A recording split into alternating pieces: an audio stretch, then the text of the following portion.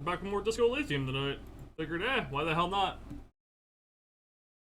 Enough for what's going on. And, I'm really enjoying the game, as it were. Uh. Now, last we left off, we were pretty much given a task to go, deal with the weasel. We still have to find out what to deal with the corpse, and get it down. Got a few things to do, and I also have not explored part of the city because, whoops, I may have got a little bit distracted.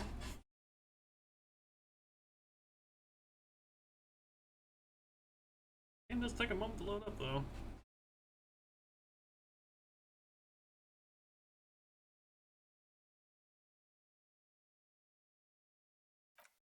Oh, eh.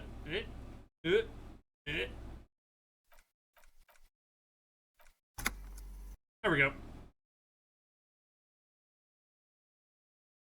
Also, howdy, Hordford. I haven't talked with Kim in a moment. Yes? Me? Yes, you. I don't see how my life is pertinent to the investigation.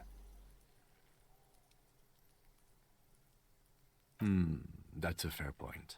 All right, for the good of the investigation, what do you want to know? That's correct. That makes him a Beano-clad, completely uncopped material, if you say so yourself. I'm not gonna call Are him they? They're mostly just cumbersome. You could use a good, normal peer yourself.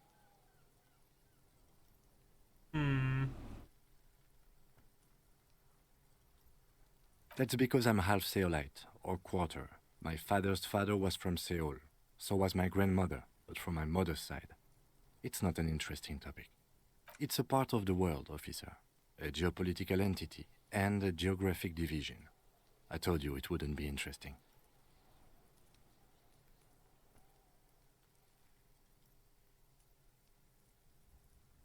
You're barking up the wrong tree. I don't speak a word of Seolite. I've never met either one of my grandparents, and I've never been to Seoul. I'm a regular Revacholière. Oh. No. Your brain sends the signal to your lips, but they refuse the order. Something is paralyzing them. You're pretty sure it has something to do with the lieutenant's eyebrow. Something the matter, detective? This guy's got authority off the charts. With just the flick of his eyebrow, he's able to make you his thrall. Nothing. You better hope he doesn't abuse his authority. There's a lot of it. If the lieutenant were an evil man, who knows what sort of havoc he could wreak. Oh. The lieutenant relaxes his eyebrow, and you seem to regain control of yourself. What do you mean?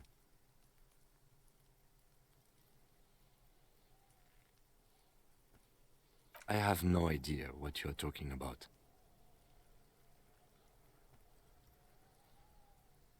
I can't say that it does, no. When I need to think, I just use my notebook. The lieutenant produces his small blue notebook and idly thumbs through a few pages. You're super lucid, yet psychedelic. You don't need office supplies to connect to your nervous system. You're special.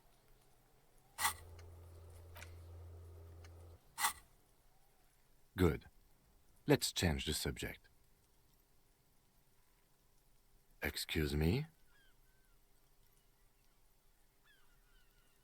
You have a distinctive way of walking. If I were to walk in front of you, we would surely collide. What do you mean by I hope you distinctive? don't take this the wrong way. It's just a collegial observation. In the 57th, we call it the Jamrock Shuffle. Officers from Jamrock's 41st Precinct tend to move a bit erratically. They say it's a scene-clearing technique developed by one of your lieutenants for gathering evidence. It's erratic, yet thorough. Prioritizes containers. I don't know. Containers contain, I guess. I'm making assumptions. We should move on. Passing along frivolous interdepartmental stereotypes is not usually his oeuvre. He regrets bringing it up. No response. He just arches his brow. Have you tried concentrating on something other than your personal affairs? There is a sudden, harsh edge to his voice, like he's tired of hearing about your personal affairs.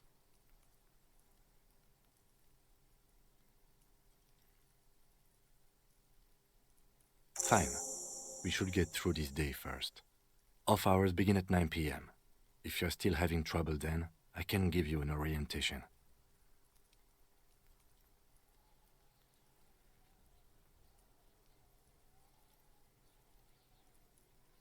Try work. The case at hand.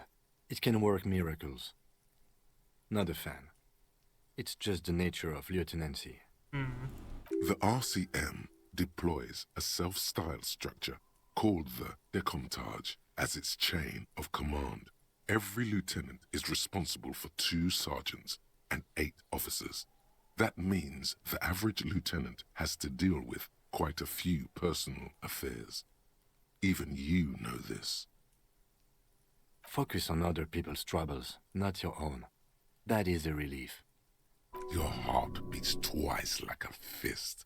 The serotonin deficiency makes your teeth clench. The lieutenant blinks, his mouth slightly open, and his body motionless. A microsecond passes. Excuse me, I was lecturing you. I shouldn't have. Oh. You should consult a medical professional if you feel that you need help.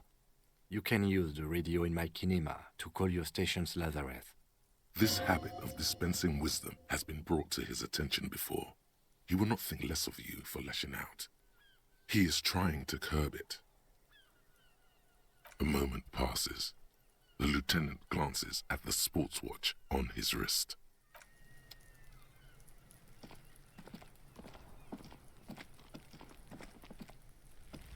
There he still is, looking right through you.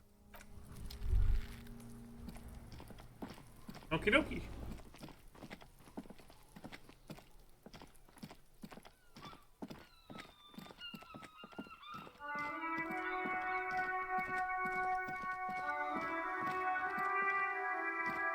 Hello, sir. Step right in. The store is open. Are you interested in a new and exciting book?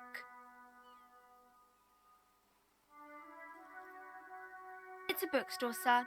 Oh. We sell books, postcards, and some board games. It's called Crime, Romance, and Biographies of Famous People. Whoa, whoa, whoa, whoa. Hold your horses, little girl.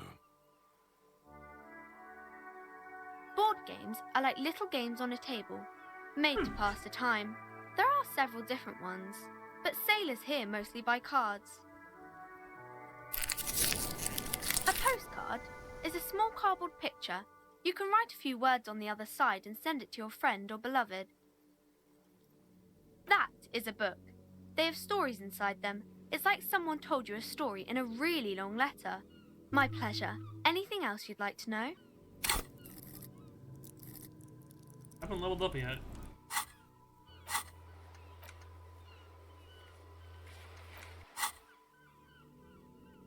Okay, sir. I'll try to answer any questions you have. I hope they're about books. My name is Annette, sir. My mum, her name is Plaisance. She owns the store. She's inside minding the register or organising the stock. Feel free to step in and browse our wares. I'm signalling that the store is open. Otherwise, people might not know. They'd miss out on the crime, romance, and biographies of famous people. Thank you, sir. I'm happy to help Mum out with the store. I do my studies at home at the moment. I have to help Mum keep this place running. Mum says it's necessary to do both because it builds character. Mum says a proper worker is dutiful. That's how you get ahead in life. You see, Mum says it's peachy. She was a little afraid at first. There's talk about this house being cursed. Cursed. Behind her, the window has been boarded up. You sense the boards creaking, twisting for a second, and some kind of doubt in her tense shoulders. Cursed in the way that makes them say that no business has ever really thrived here, sir. That they all go... I wouldn't really say it like that, but I guess so.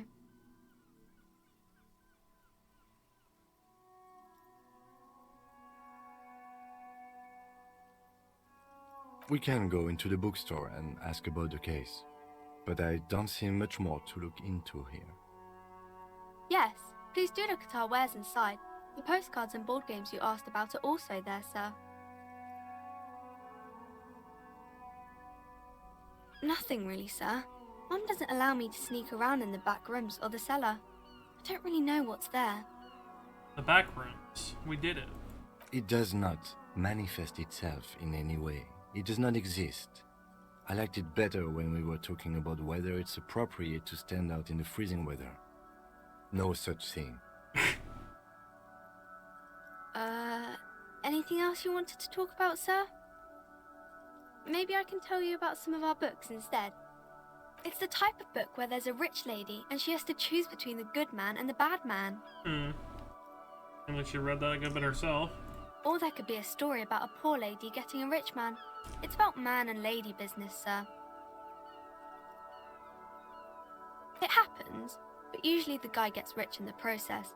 Or should actually be rich himself, but has lost his family property unjustly, like during the revolution or something. Backrooms.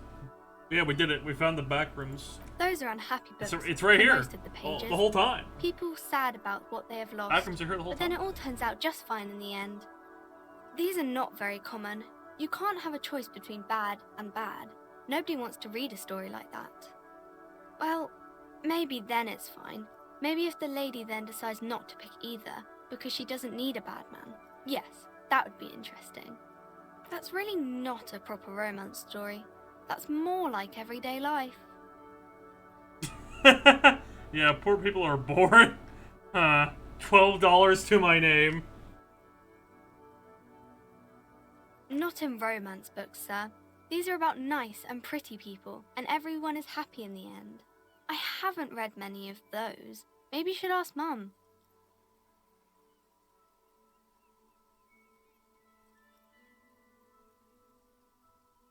I'm sure she can help out. Anything else you're curious about? Maybe some about other books? Okay. Before I go in there... Oh, wait.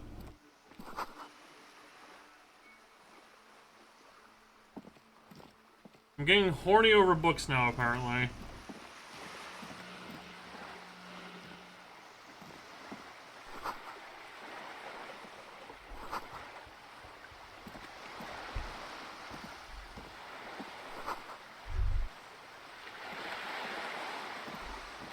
This coin-operated viewer is facing southwest. Its coin slot is full of fossilized bubblegum, rendering the machine permanently inaccessible. The metal feels cold and wet under your palm. It looks unhygienic. A thick layer of graffito covers the lenses. You spell out the word Onug written on the other side, with N and C scribbled backwards. Under the graffito, a sea of blues and greys appear. Behind the water lies a coast, studded with concrete and reeds. On it, a church on stilts, lanky weather-worn wooden planks, an X-shaped cross topping its tower. The church looks old and weather-worn. There are no lights in the windows. Probably some kids.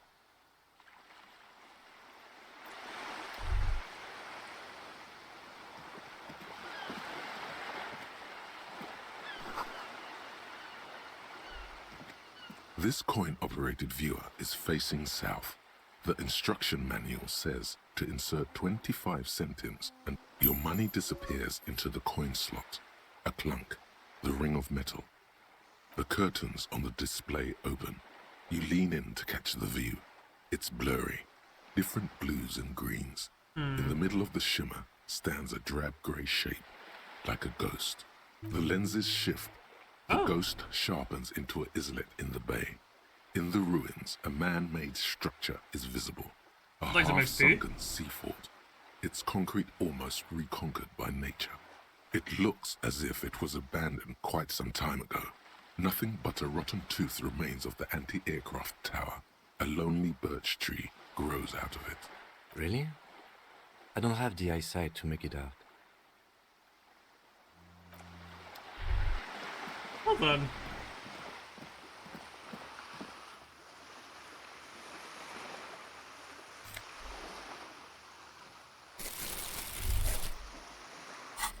I got a bag.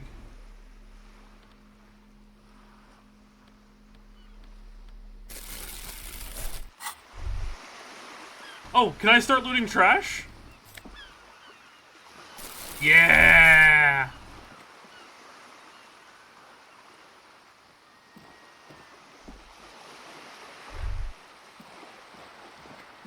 Finally, my trash arc has started.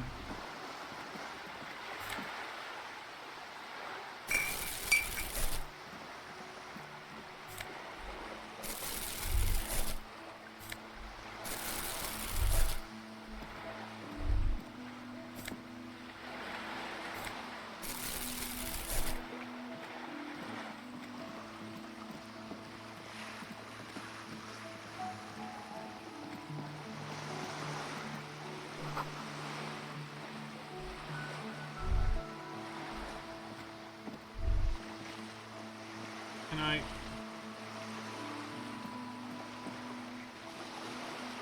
There we go.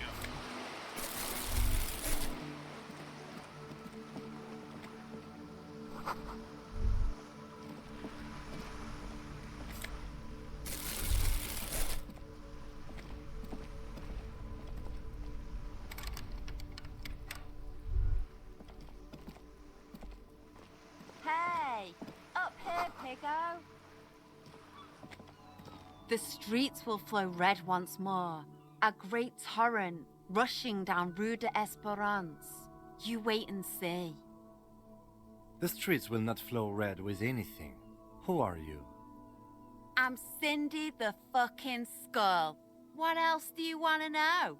Date of birth, blood type, the last time I was tested for Hep C.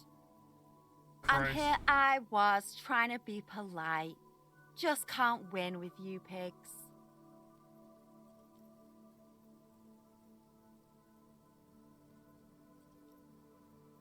The lieutenant furrows his brow at another one of your eccentricisms.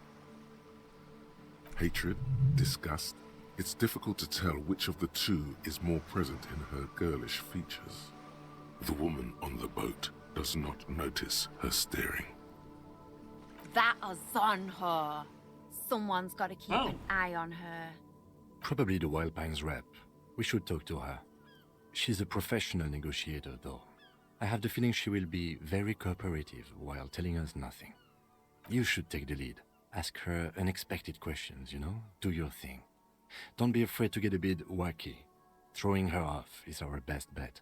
Good idea, piggies. Run along Be now. eccentric, got it. Fuck her shit up good.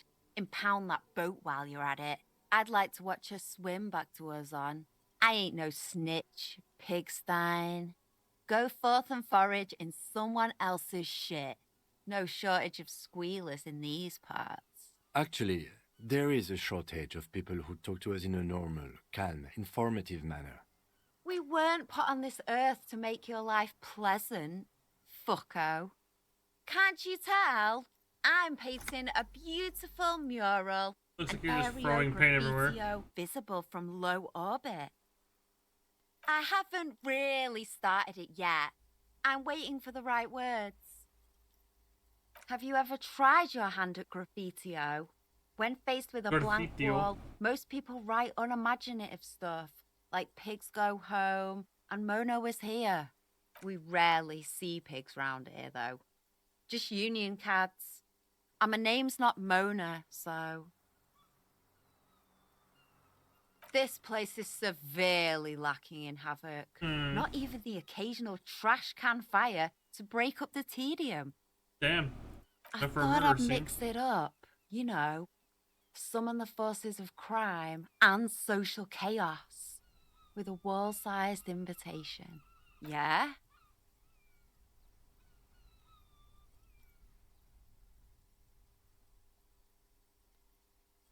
Thanks. I'm sure the inspiration will come to me now that I have an official RCM stamp of approval. Watch your back, Ungulate. You've got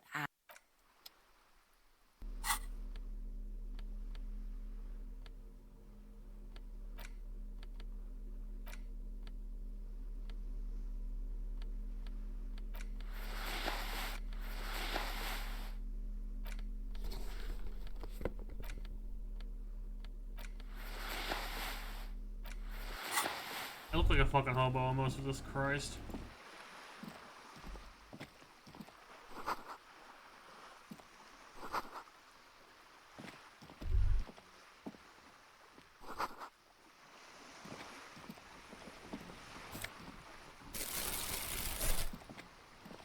A sturdy metal door guards the southwest entrance to... The door rattles against your knuckles, but there's no response. The door rattles again, but this time you hear an elderly woman's voice calling out from inside. Stop banging on the door! I'm not letting any more strangers inside. Doesn't matter who I am. Now go on, get out of here. Ha! The police? Everyone knows the police don't come round here. No, I already told you. I won't be responsible for any more strangers getting into the building. Go check the backyard door. Maybe someone there will. Backyard door? There must be another entrance to the east. Madame, I assure you, we are real police officers. Yep. Crush their balls. There is no reply. Just...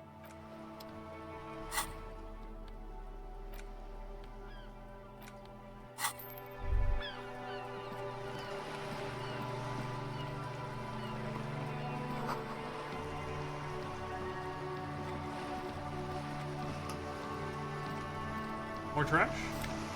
Ooh, magnesium!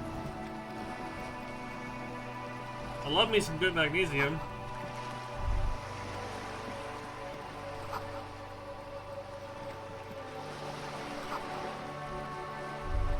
This is worth more than whatever you're earning. Christ, ain't that the A truth? striking woman leans against the cabin Fuck. top of her sailing boat, smiling as you approach. Her green raincoat glistens with droplets. A silk scarf is tied around her throat. Good afternoon, officers. I'm Joyce.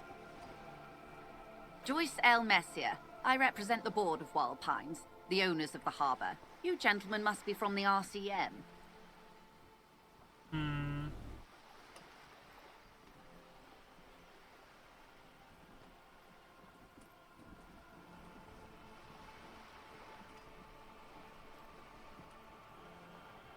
I'm glad to see you here. I was dispatched to handle a strike, not a lynching. Anything I can do to assist the RCM in this matter, I will, gladly. Okay. That is good to hear, madame. My colleague will take the lead on this interview. I should let you know that he is recovering from an unusual medical episode. Very unusual. But I can assure you of his ultimate competency. How interesting. I wish you a swift recovery. In the meanwhile, you have my full cooperation, and the full cooperation of the Wild Pines Group. Why, yes I am. The boat? No. It is called Cordelati 19, because that's the type of sloop it is. It's a pleasure craft, a 19 pacer. It also happens to be rated for Category 1 racing. Though these days I mainly use it for business. Huh. My sloop? I like it a lot. It's the eel's hips, baby. Eel's hips. I'm enjoying this part of the interview. It has so little to do with the murder we're investigating. I really do, the lieutenant thinks. Is she thrown off yet? He's looking at the woman, assessing her. Of course there are. We're on an archipelago. How else are you supposed to get around?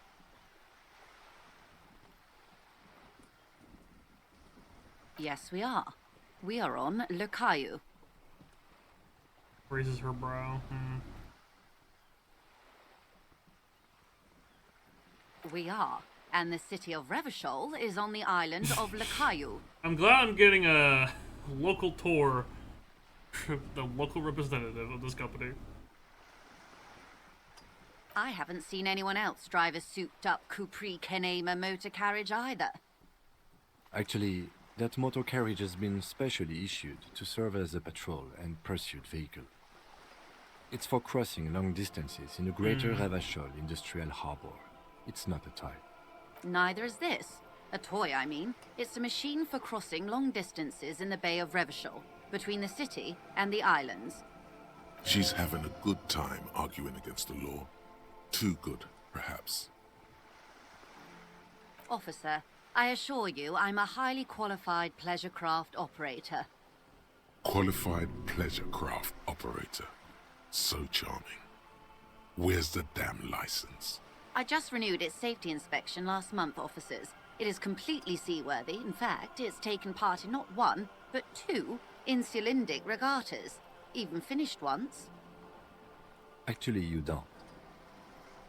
The Wayfarer Act specifically denies the RCM the authority to demand anyone's operator license. It's a little-known fact among us law officials. What's that little known I was fact? just being polite. Even school children know the Wayfarer Act.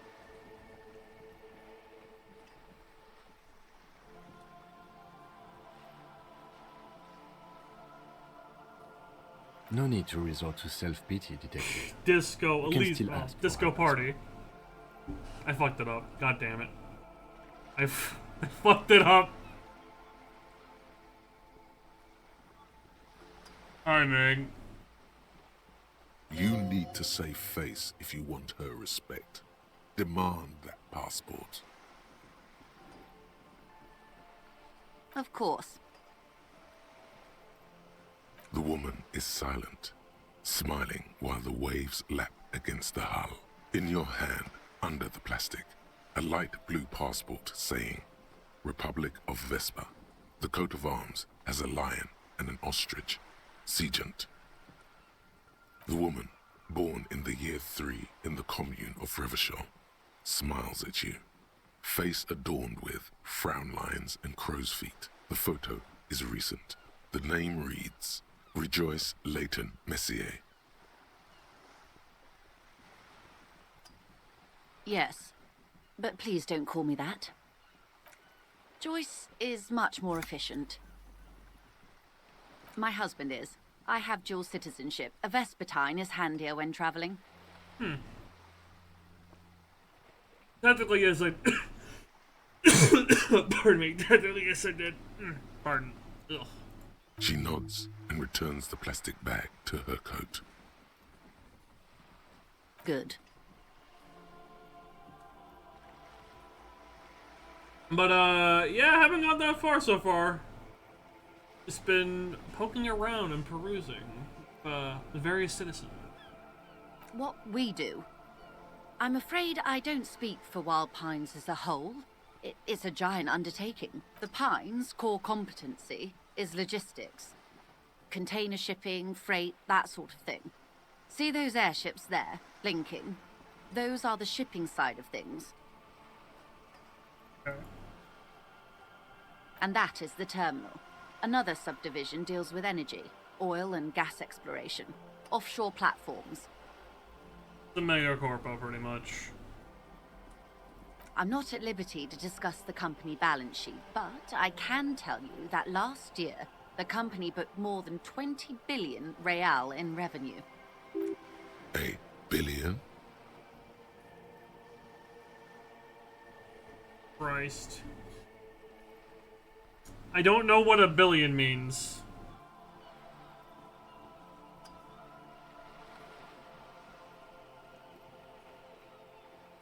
$20 billion is a large number, but the conglomerate employs 72,000 people.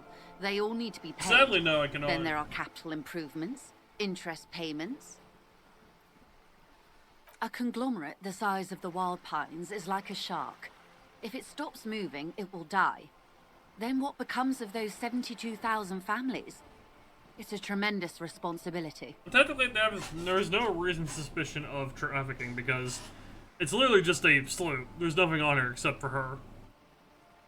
They started as an exploration and cargo fleet conducting trade between the Samaran and Insulindian Isolas 250 years ago, when pine ships explored the South Seminese and charted Lomantang on behalf of the suzerain. Centuries of care, deliberation, and madness have gone into this endeavor. Vessels pass through the great unrest to re-emerge with apricots in tow. That was a quick ad The hell. logic of the system is totalizing. It's taken everything from its employees to build it. You mean aside from being the terminal's legal owners, who are responsible for moving 8% of the world's cargo? There are no minor cogs in the system. Each terminal must be accounted for, lest the entire system break. Every hiccup in such a system means thousands lose their jobs, the world over. I'm here to assure that doesn't happen.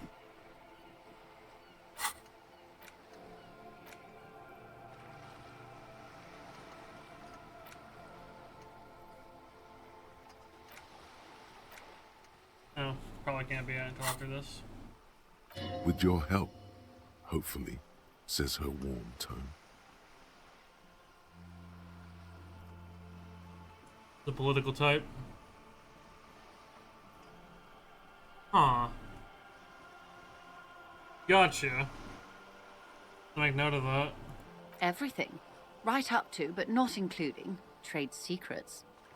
First, you'd have to repeal the Emergencies Act of Trade in Aliments that gives me the right to silence. It's quite the octopus.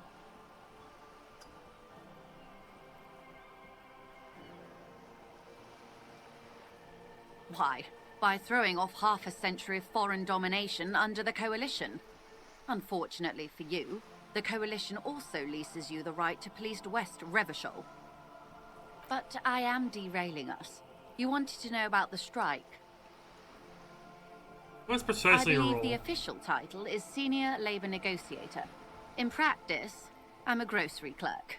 I relay the union's demands to Wild Pines and return with Wild Pines' counteroffer. And how are the talks going? They're not. That's the problem. The union stopped all negotiations a week ago, after that awful lynching took place. Now they won't even let me into the harbor.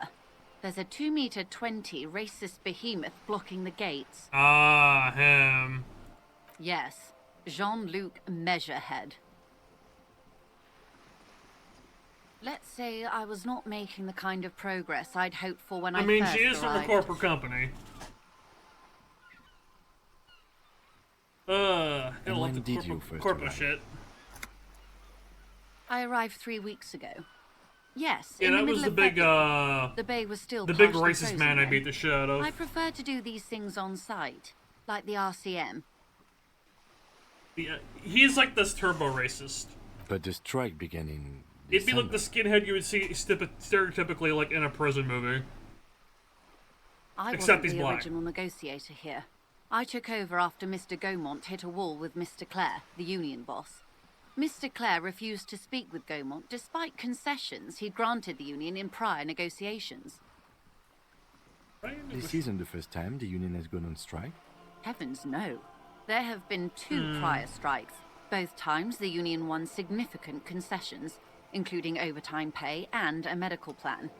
This time their demands are more, I guess you could say, aggressive. Mr. Clare told him to, how did he put it? Fuck off, midget. Gaumont is short of stature, you see. Yes. Keep in mind, this is a negotiator Mr. Clare has worked with before, and who was more than fair with him and the union. Sounds like usual aggressive posturing. Bro said fuck off. No, you're too short. Fuck off. There are leaflets everywhere, and banners. What did they say again?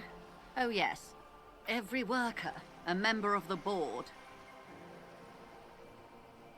In its defense, another said, demand democracy. Pretty tame stuff compared to every worker, a member of the board. Base pilled. Fortunately, they explained it. Every time the Wild Pines group makes a decision about anything, it needs the signature of each of the 2,200 workers in its Martinez terminal. Just so you understand, this is but one of 22 terminals owned by Wild Pines. Essentially, not only are they kings of the company, they are also kings of the 72,000 employees of Wild Pines Group. That may well be. It's not up to me to decide who is king, but as negotiations go, it's not a swell start. I'm not sure. Naturally, I assume that was just their opening position, a hard-nosed tactic with a side of mockery. But there's been no follow-up, just the same nonsensical slogan repeated over and over again. And now, people are getting lynched, I hear. Behind the whirling in rags. A disastrous situation if there ever was one. Excuse me, from whom did you hear about this lynching? I first heard it from the bowyer at the gates. The one whose very name advertises his aversion to work. I think he said it was, "Call me mañana."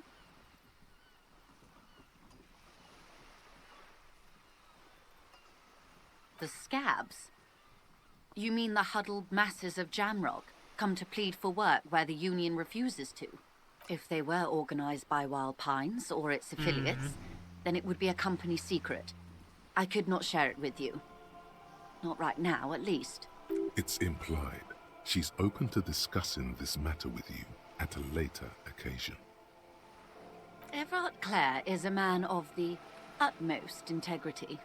If you can say one thing about him, it's that he always puts the interests of the workers first. Of course not. Everard is fantastically corrupt. I imagine he has a thick, viscous goo where you and I have blood. He is the most corrupt individual I have ever seen, and I deal with men like him for a living. If there is anyone more venal, more irredeemably nepotistic, then it's his twin brother, Edgar. Have you seen him? Nope. Edgar looks exactly like his brother, except for that lazy eye. He also talks exactly like Everard does, and when one's term as foreman is up, the other takes over. It's how they circumvent the term limits, you see, with a funny little switcheroo. While in office, they've embezzled God knows how much of their workers' dues. The Débardeurs Union was once a perfectly normal institution. 20 years ago, anyway. It must not have been easy to establish under the Emergency Act, but they did it. I can respect that. Organized labor at its best, as they say. Then something happened in the local chapter elections. From what I understood the from that brothers sentence, Clare they're came and kind of the transformed it same, into question mark? How do you say? A mob. The Débardeurs are a crime syndicate. Sad as it may be, we are forced to cooperate with them. Refreshingly honest, officer. The company has tried appeasing in the past, but I'm afraid our concessions have only involved. There is a lot of Everard and words his brother. here, Hortfer. Like a lot. This is just like a snippet. Like we're gonna be an hour in. And your opinion, detective, if I may ask? Joyce knows I'm a about the curious Veil and Plane talkative person, you Really? see. Would you say the Débardeurs Union is...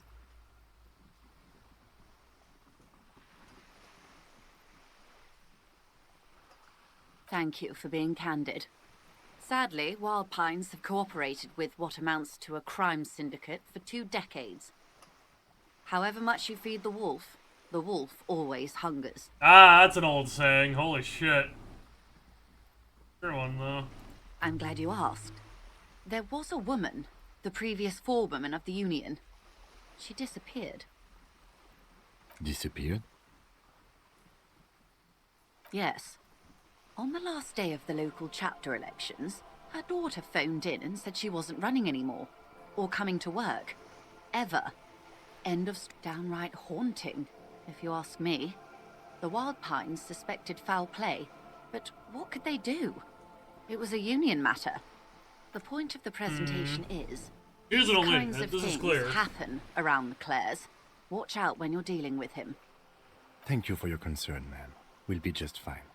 Of course. How else can I help? You have? And how did you like Mr. Clare? Finally, time to choose sides.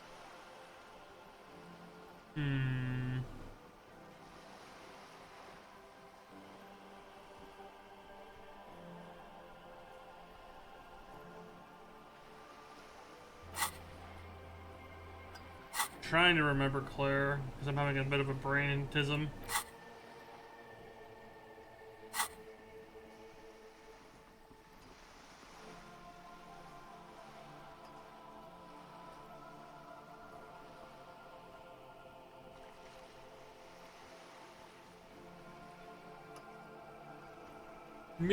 Oh! Dolly. That wasn't around when I was getting tired.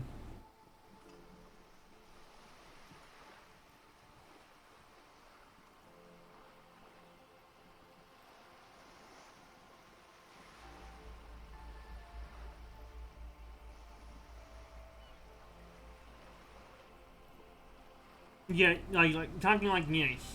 Yeah, he's the one just fucking giving my morale actual back shots.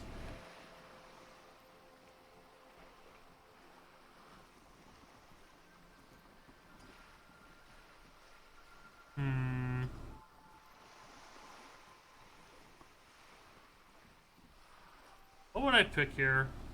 This time it keeps going by.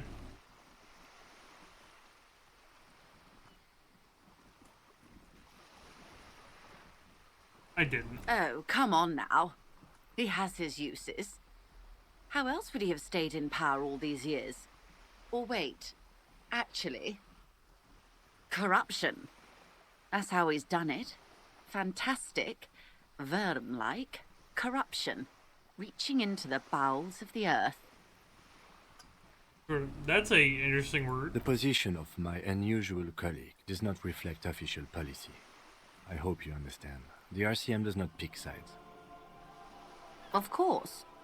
And I don't expect you to share anything he told you with me. I'm not a corrupt Verm myself. However, if you felt like discussing something, how could I stop you? Are we not human? Are we not curious to hear another person's take? It's only natural. We would only be gossiping. Tell her she'll like you for it.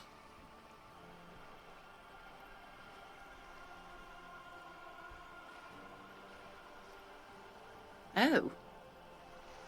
That's so helpful of him. The lieutenant looks at you, and you can swear his jaw muscle is trembling. When I said be wacky, I didn't mean wildly, grossly irresponsible and damaging to the RCM. Damn it. Unconventional police officers sometimes lose their guns. They then go around and tell people about this, to gauge their reactions. It's all part of detecting. Incredible. Simply incredible. And how is it going? Has this detecting produced a gun? 4 is pretty much my entire bar, actually. No, Ming, you gotta remember, he fucking busted my ass with his chair. He deliberately gives you a uncomfortable chair to sit in. Did he now? Well, then it should be any day now. Unless, of course, he's lying to you. Anyway, was there anything else? Of course, Detective. Should something come up later down the... Until then, is there anything I can help you with? Quite a few things, I'm afraid. Now we go about lynching. My favorite The part. information I'm to share with you includes sensitive trade secrets. For the sake of my employer, I have to ask for your names and badge numbers. I leveled up. Oh! What should I level up?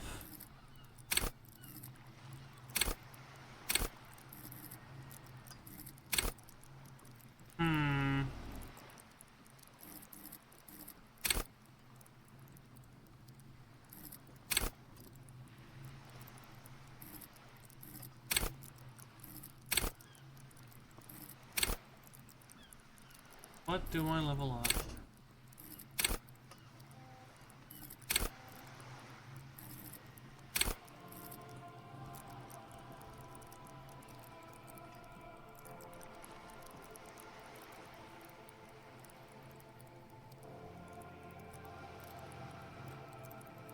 Shit, really?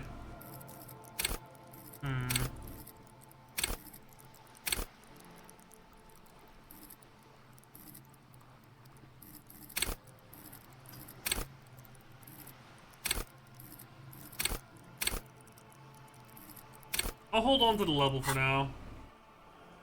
Of course, ma'am. I need to should have think about it a bit introduced more. ourselves.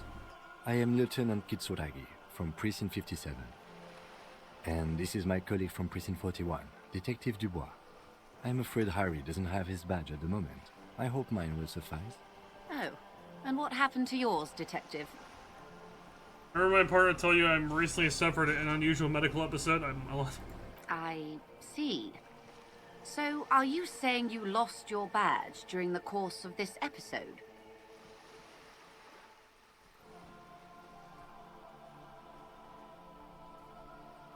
Oh dear. I suppose this does explain some of the more curious turns in our conversation. As I said, ma'am, his technique may be very unconventional, but he is an officer of the RCM. Of course, I sympathize, but I'm afraid I simply can't share anything more until I've seen that badge. Hang on. She's a professional negotiator. She should be open to some sort of mutually beneficial arrangement. She's a negotiator. Hey! Just float a favor at her. Insinuate. I will be frank with you. If I'm going to break protocol, I need to be able to justify it to my superiors. They're going to want to see something very tangible. You're in, but expect her to drive a hard bargain. Reports from inside Terminal B suggest it's a hub for the local drug trade. This is an open secret in Martinez. The Union controls the terminal, so it goes to reason. The company has tried looking into this matter before, to no avail. Perhaps someone with your authority and resources might turn over the right stones. Or you can recover your badge. Though if I may be blunt with you, it sounds like that may be a lost cause. Detective, a word in private before we continue. It's clear you like the hard stuff, Bruta.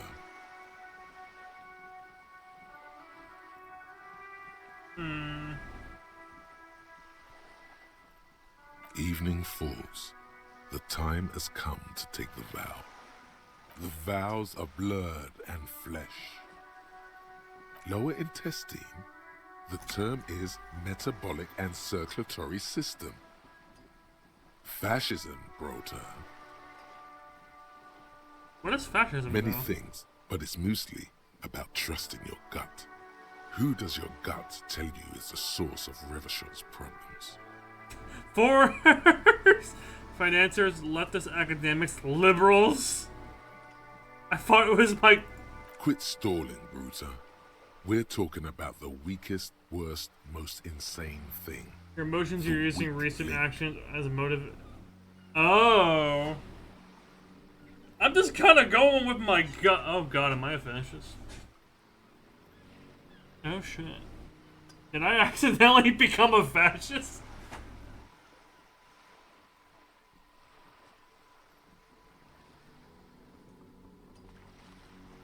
Liberal. Yes, them, but also women. Woman. Women, men of war. You don't like them.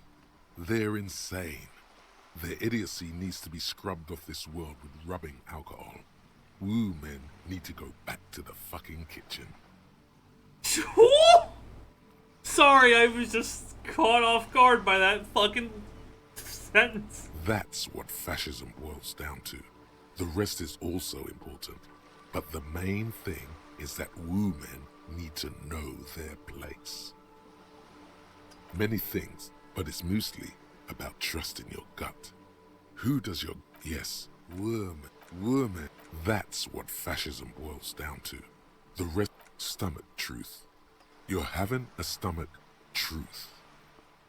Because you've said the hard things that others won't say. The good things, you've said them many times.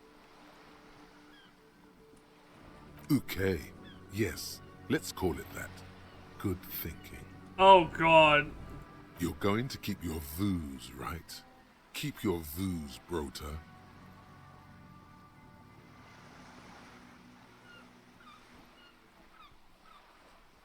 No, no. There's a slow, painful growl somewhere in your intestines, knocking on your alcohol-engorged liver. It is one of betrayal and disappointment. Christ, I'm sorry, but I did not expect the fucking, communism. I mean, sorry.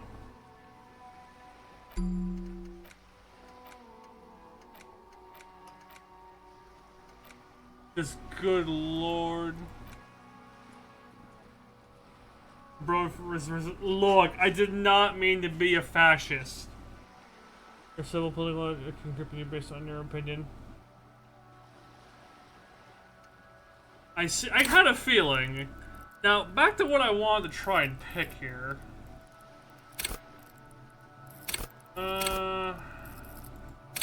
Now, out of hyperbole, should I go with just what I feel is best? Or just kind of like space things out, as it were, with my, myself, as it were? Out of, morbid curiosity.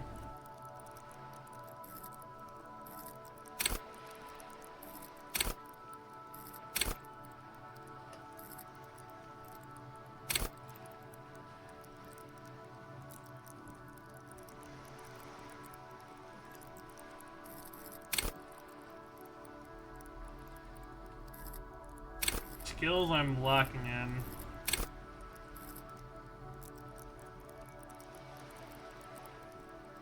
Gotcha, gotcha.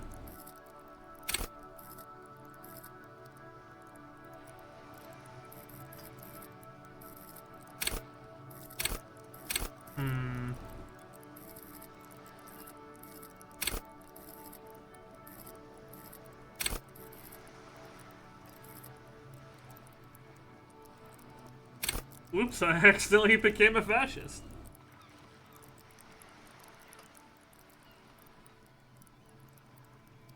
I think. What? If I leveled up? Huh? Did I level something up by accident?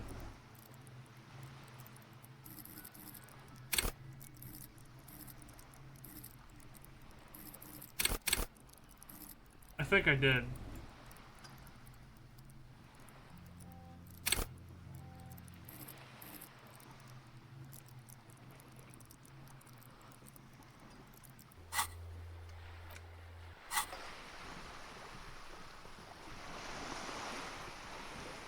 I did. That's why I leveled. I don't know what the hell I leveled up then.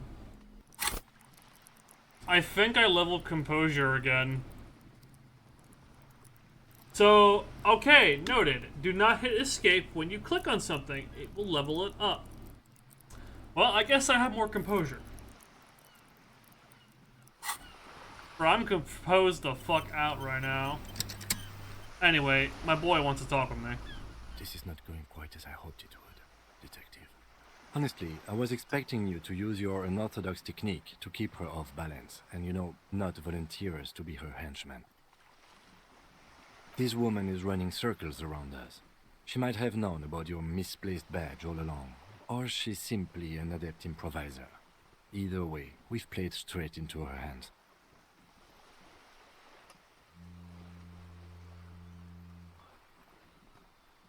No. If there is reasonable suspicion, we must investigate. Otherwise, she could claim we're siding with the Union, or that we're on their take. We'd never hear the end of it. What I propose is, we ask her, then we investigate, briefly. But do not share the outcome of this investigation with her. We tell her it's done, and demand for her information on the lynching. Oh, that would be fantastic, but do we have the time? The world is large, and your badge is 8 by 6 centimeters. You could request a new one from your station, but that would literally take months. You're back. Good. What can I help you with?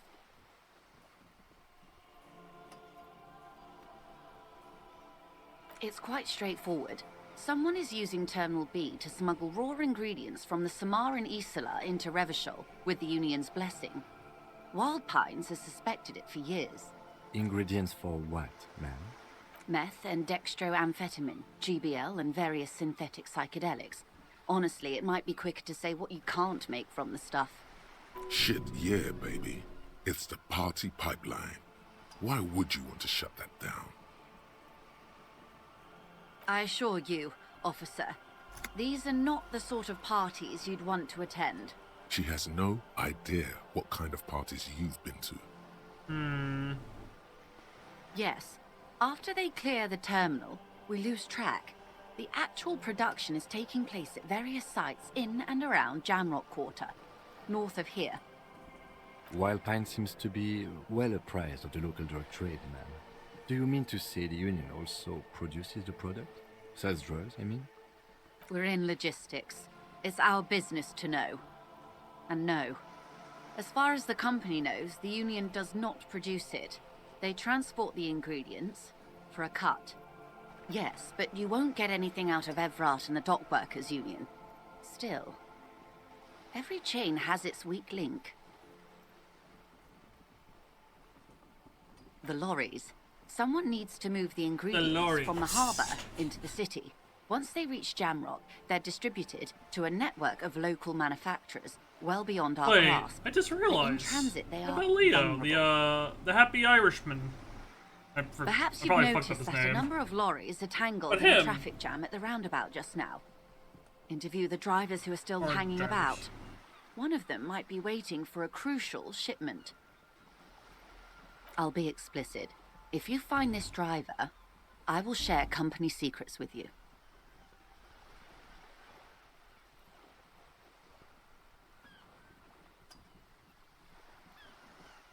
We did. On more than one occasion. Apparently, there's some sort of inter-precinct disagreement about whose jurisdiction this area falls under. That's why it's lawless. We know the company has launched its own probe into the union's alleged involvement. We also know it's come up empty. It's not just the RCM. No one's been able to find any hard evidence. Well, here's your chance, officers. No. We asked East Motor Track to raise the drawbridge. The road company is a partner of one of our subsidiaries. However, this is a limited time opportunity. Once the complaint has been processed by the trade committee, they'll have no choice but to lower the drawbridge, and the operation will continue. Thousands of litres of raw ingredients will pour onto the streets of Revachol. Not the east across the river, but the west. The vulnerable, the weary. A cold breath rushes in from the bay, making its way down the alleyways and potholed streets. From Martinez to Jamrock, in the traffic you hear the clinking of glass vials, concealed beneath tarpaulin. Or is it just your teeth chattering in the cold? A lot of it. It comes in from large Samaran factories in South Safre, Sigai, and Sinyao. Oh, places. The literage they must get from this terminal alone must be oceanic. Well, at least this solves one mystery. What is that, Lieutenant? Why I had to call East Motor Track and beg them to open a drawbridge for me. I'd wondered since I first drove in, on my motor carriage. I am sorry for the inconvenience, Lieutenant Kisaragi, but we need them trapped here. This is a unique opportunity. I'm sure you understand. How do you think they're financing this strike? There are thousands of unpaid dock workers going strong for the 4th month straight. There was a shakedown of local businesses preceding the strike. Many were squeezed to bankruptcy to fund it. With all due respect to these desert cacti, the contents of a few cash registers cannot provide for 2,000 men. The local businesses can scarcely provide for themselves. Precisely. Smuggled out of that very gate at night, most likely, then loaded onto lorries and driven to Jamrock. Yes? Excellent. According to my reports, there are at least 3 lorry drivers lingering near the roundabout. Hopefully one of them will know something. It may come to nothing, or it may just blow the case wide open. I can keep the drawbridge up for a few more days at least. You should have the time you need. In the meantime, let me know if there's any other way I may be of assistance. Is what you want to say, but it isn't that easy, is it? What is this? An athletic challenge? Scream it from the top of your lungs immediately. Show that asshole. Look at that lady. Take a gander. Squint your eyes, bub. A well-kempt, yet tastefully short bob of dark hair. Despite the first hints of grey, she's elected to keep it au naturel, shaped into a permanent wave, late 40s style. While dull orange pearls hang from her earlobes, red from the cold. Her light green eyes scan you, full of knowledge and worry. Wealth and all its possibilities. Now look at you, you misery-clad simian. Barely able to tie your own laces. Your armpits are lakes. A scythe of booze precedes you. Your hair sticks to your forehead and your underwear feels uncomfortable. You're poor. Poor as balls. You can't ask this person for money. You're too...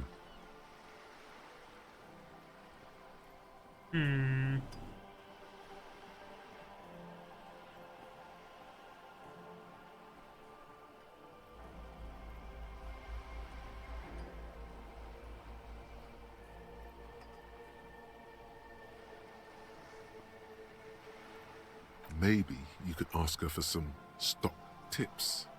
That's a maybe. Or a job. But you're sure as hell too ashamed to ask for cash, buddy. Oh God, the lieutenant is here too.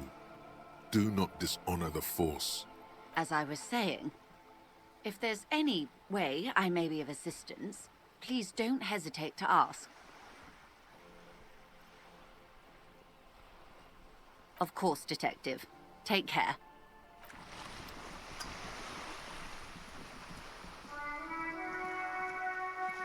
Wait, I just realized I can use a pry bar, can I, for that?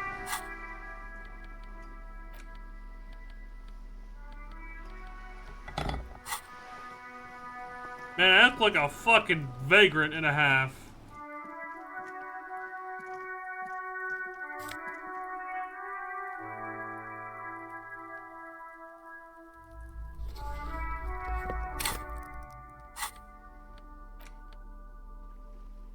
Welcome back from Mad Hell.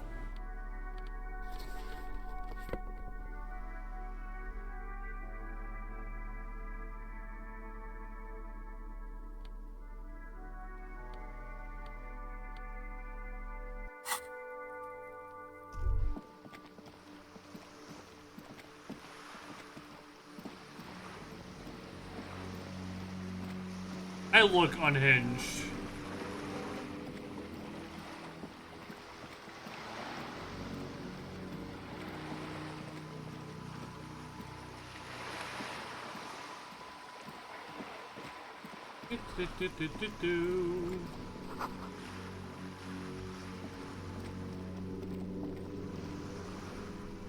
Have you no shame? Whining about your back every time you bring out the measuring tape. René, you're a man with a fork in a world of soup.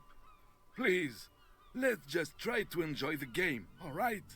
Look, in his hand, going into his mouth, the sandwich. It's hauntingly beautiful. I'm trying to, but you keep breaking my concentration. You're old. I can see that. We're both old. Now stop grabbing your ass like it's a girl. Jesus. These manly men are playing balls. This is a ball game. Grab a ball and play it. Don't ask questions. Shoot first. Ask questions never. Really? That's the spirit. Don't even waste your breath asking about the game. They wouldn't know anyway. They're way past their prime.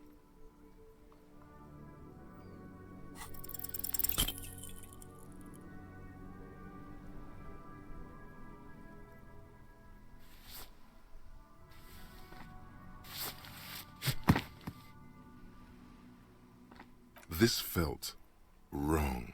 Wrong like touching your sister's breast. Oh! You threw your sister's breast. Oh! Mon Dieu! Good job, officer. That was an excellent throw. There are no two more harmful words an athlete can hear than good job. And this was downright embarrassing. Your muscle memory knew what to do and went for it, but there were gaps. Oh, I feel that. Gaps you tried to fill with thinking. We don't think in sports. We do. It felt like you were going for a thrust or a lunge. There was definitely gonna be jumping. Maybe you scored a point, but this is a fiasco. What are you talking about? You just executed a pretty much perfect pétanque throw. With a pinch of fear. How are you ever going to get the officer's shit off your nose, Gaston? Or even climb out of his ass? Also, wait, that implies Ming is French. Why are you making Ming French? Sir? Actually, no, that explains a few things.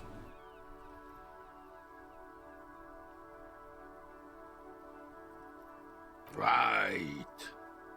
Was the demonstration it? Or do you still need something from us, officer? Yeah, but this is the West. Yes, officer. Well, What do we need well, from no, the it's in gentleman? Europe. What the fuck am I saying?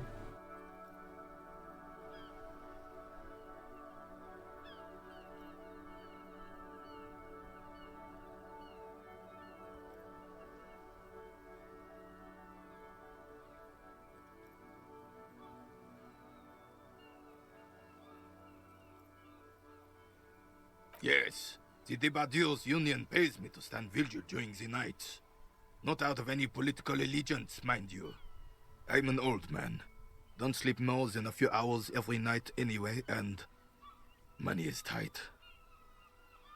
Yes, it does. Unfortunately, I wasn't working that night. Been on a 2-week leave since last Monday. It's a private matter. Cover your ears. Nothing to do with your investigation. Oh no. You see, officer, René is the kind of man would rather die than admit he needs medical assistance or, God forbid, sick it. A real man's man is just gonna ride it out. I'm fine, goddammit. Mind your own business. It's nothing. Just got to cut back on coffee. No one. The bus has been unmanned since last Monday.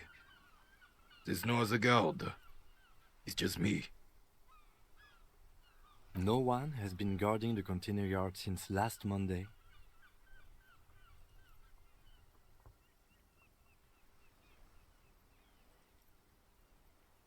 Yes. It's not actually an issue. I mean... Look, officers, the container yard doesn't actually need a guardsman. Never had one before René. Monsieur Claire had that booth built specially for him. It's mostly decorative. Mostly The decorative. possibility of someone being in there is enough to discourage any ill-minded individuals. Evrard created this job for René because he knows the Royal Carabiniers' pension of honor and PTSD isn't something a man can live off. A decorated Kingsman collecting tear reflects bad on the whole neighborhood. His words.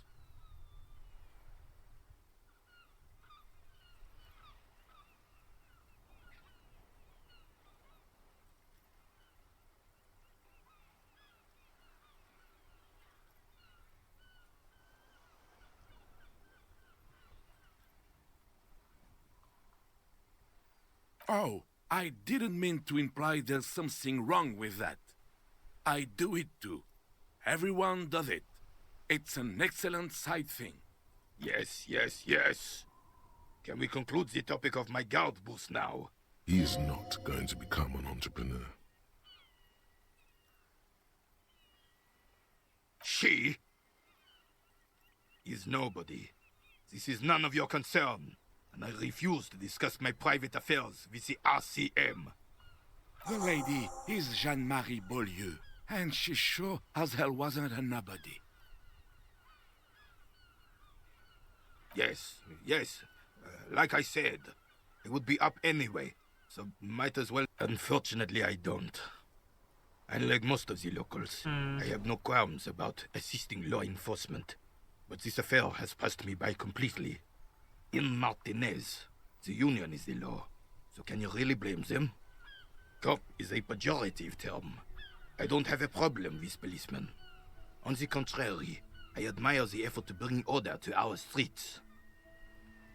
If I knew, I would not be afraid to tell you. I simply don't. I'm an old man, not a coward. The daily business... Yes. The terrain here provides an interesting variety to a familiar game. I do. Fire from heavy artillery. Heavy artillery fire, you say? That's the best kind of artillery fire. Why what? Because that's what happens when communards hijack your country, execute your supreme leadership, and turn your capital into a slaughterhouse. You use heavy ordnance to clean up your home.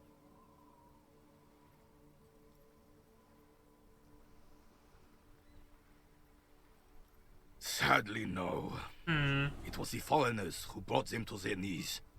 We fought valiantly. Too valiantly. So valiantly we got licked. Should have fought dirty, like they did with their suicide sex cult propaganda and mad anarchist women. Bro's talking about the Alliance. We didn't so. Christ. And we lacked caliber. God bless him, but the suzerain's cannons simply weren't big enough.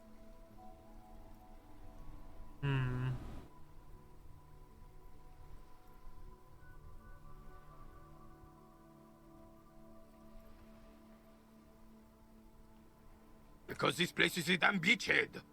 Had to soften the commies up first. Yes, the military coordinated amphibious landing to take back Revachol. He finds your lack of historic knowledge troubling, a sign of mental deterioration in the preceding generations. Martinez was used as one of the 3 footholds in Revachol during Operation Deathblow in 08. The other 2 are off in Stella Maris and the Delta.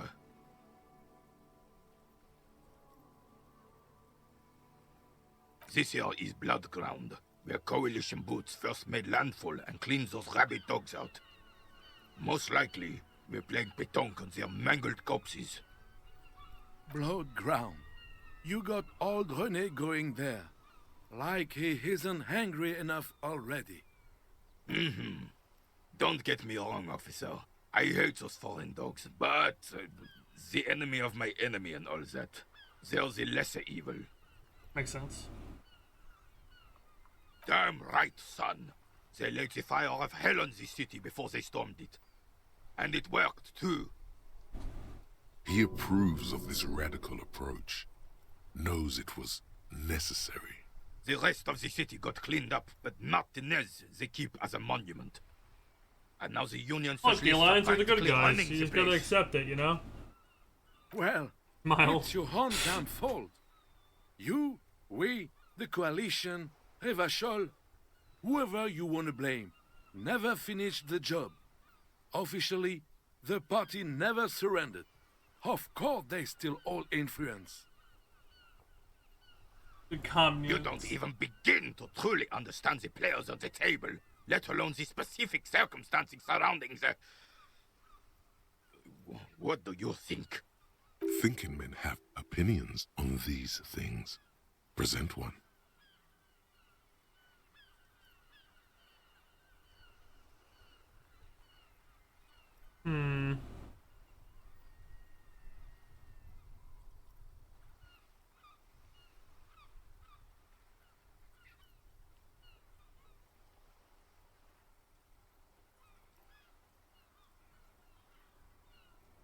I'm just so damn sorry it had to be the coalition.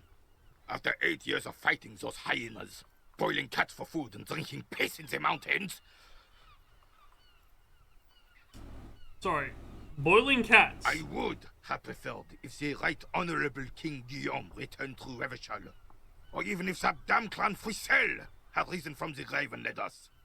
Sadly, that was not the case. Instead, all that is just, holy, and beautiful in the world was wiped away, and now it's neon signs with toothpaste ads everywhere. Foreign influence peddling garbage and stupid music on the radio. This is just what the commies wanted. This was their plan all along. This is what they wanted to replace the role of the suzerain with. It doesn't. That was 100 years ago. It had nothing to do with anything. Drinking the weed. Damn Frisell. He was the king we couldn't protect. The Carabineers failed him, and the crown. He died in the hands of the Hyperlay, in a very public execution. A true king in both blood and mind led Revachol before Frisell. Poor as hell, they make you drink piss. Are you a piss boy? Exile. Also, Eddie, you have Prime. If you want to circumvent the ads, why don't you use your Prime? The suzerain is the king. Has everyone forgotten already? Oh. They forgotten already. Too busy good, bruh. It's no use talking to you. You're gooning without me. I was still in Daddy's borders when it happened. When we took our last stand against the Filth and rode the cavalry straight into gunfire. Ah, yes. King Philip III on his steed. You said you're the one gooning. What Revachol once was. We're all gooners here. Rise up, my goon. I'm gonna shut up. Oh, absolutely. At the mercy of a cocaine-snorting tyrant who emptied Since you picked the Frenchmen that represent Ming, on a bed of gold. we. A superpower, feared and respected. A testament to what this country can be under the leadership of a true king. Someone who knows how to rule. Decisively, without fear of offending the sensibilities of the frail and weak-minded among his subjects. This is something the insurgents never understood.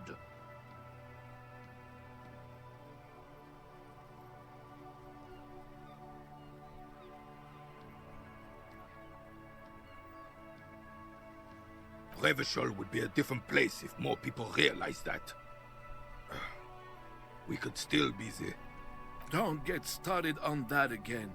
What happened, happened. The Carabineer doesn't reply, but his entire being communicates unbreakable resolve. Right. As Rene turns from me to his partner and back, the medals on his chest rattle and glare. He keeps his spine straight and his ribcage lifted, displaying them proudly. 2. The larger one is shaped like a cross, while the smaller medal resembles the sun. A crowned head in front of 2 crossed rifles. The medal hangs from a blue striped triangle.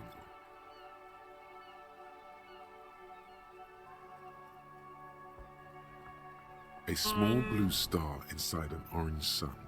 It has the word Valiance written below. For bravery.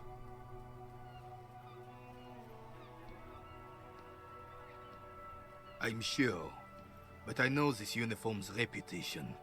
You are also wondering if I got this for raping women or killing babies.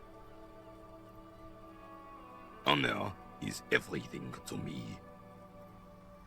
Whoa, sounds like you're about to open the gates of conversation. This man will literally talk your ear off if you let him wander off to memory lane. For doing my duty in the heat of battle, for looking my mortality in the eye, when men like Gaston here hid in the bushes and shat themselves. He saved some muddy princeling who foolishly strolled into the front line in his gown of velvet and gold.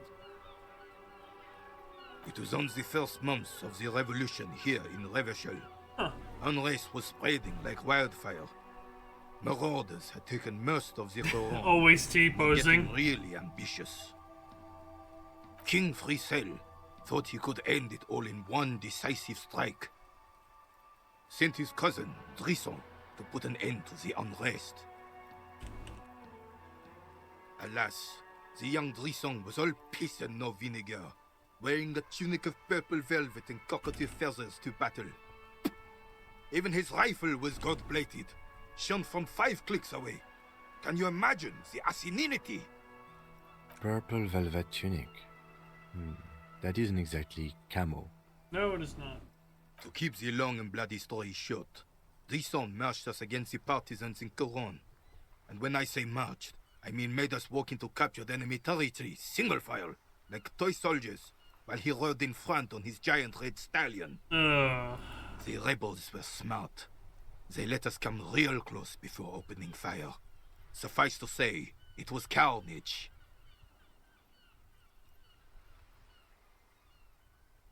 I got shot in the left shoulder and went down. Just a flesh wound. But just as I turned over, the prince fell into the mud next to me. He was missing his lower that jaw. I put together. He saved the prince, but the prince pretty much was an idiot and says, we're gonna do this the old-fashioned way, which we know in World War I, playing the war like how it was prior to, like, all those prior engagements did not mean jack shit. The rules of engagement changed during World War I, heavily. Then his horse, driven mad by the noise and smell of gunpowder, stepped on my leg and shattered my knee. Oh god. Yep, I figured that. It's painful to even think about. I grabbed my sidearm and shot the beast in the head. Then everything went black. Capitaine Arnoux, le fléau des chevaux. When I came to, it was all over. It was just me and Jolas Tresson, gurgling in the blood-soaked mud right next to me. The dink had taken numerous flesh wounds and lost a lot of blood. But despite missing his jaw, he seemed hesitant to die. Tougher than he looked, that one.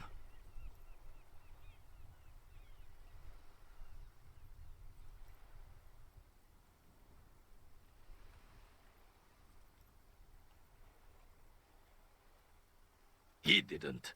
I hoisted the prick on my back and started crawling. Kept going until the 59th Cavalry picked us up. Through some miracle, we both survived. And the jealous freak convinced Frissel to give me a medal for not leaving him to die in his own blood. Piece and shit. He was the commanding officer and I was on duty. Just doing my job. Shouldn't hand out medals for that. 13 months later, I received the Sun for distinguished service. It's not worth mentioning. Bah! There were many such stories in those days. Many such men, too. True Mersholians. Men with backbone. Oh, yes, René, yes. Men were bigger, girls were prettier, and everyone wore the fascia. I like him. Please, bring those days back, if you can. Sorry, my fucking text message on my phone jump-started. I'm not getting into this with you again. Officer, was there anything else? You should try to come up with a heroic story of your own. Impress this old soldier.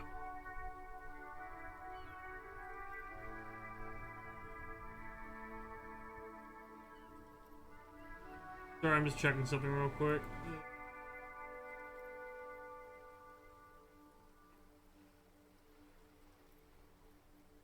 I'm not gonna do that.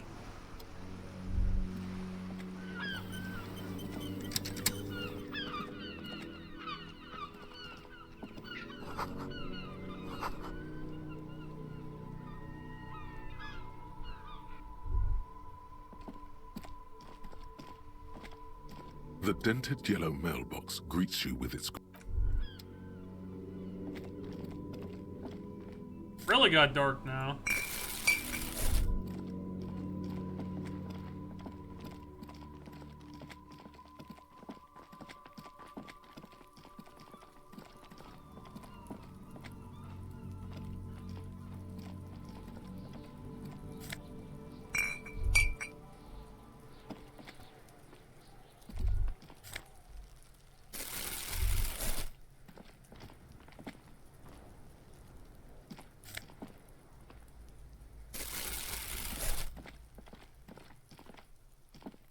Wow, it's getting nighttime in the game now. Holy shit.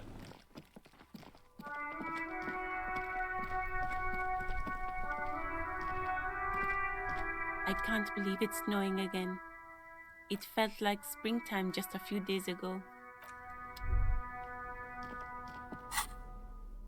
I don't know. Oh, I haven't gone to the bookstore yet.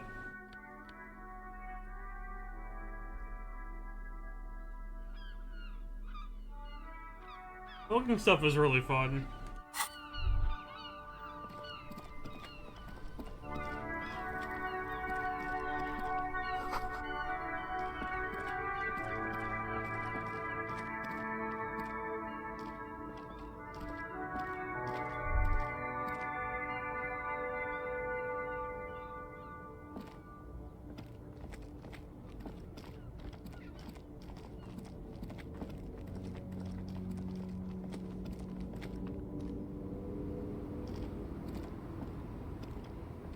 The woman still has her eyes fixed on the photograph in her hands, in the back.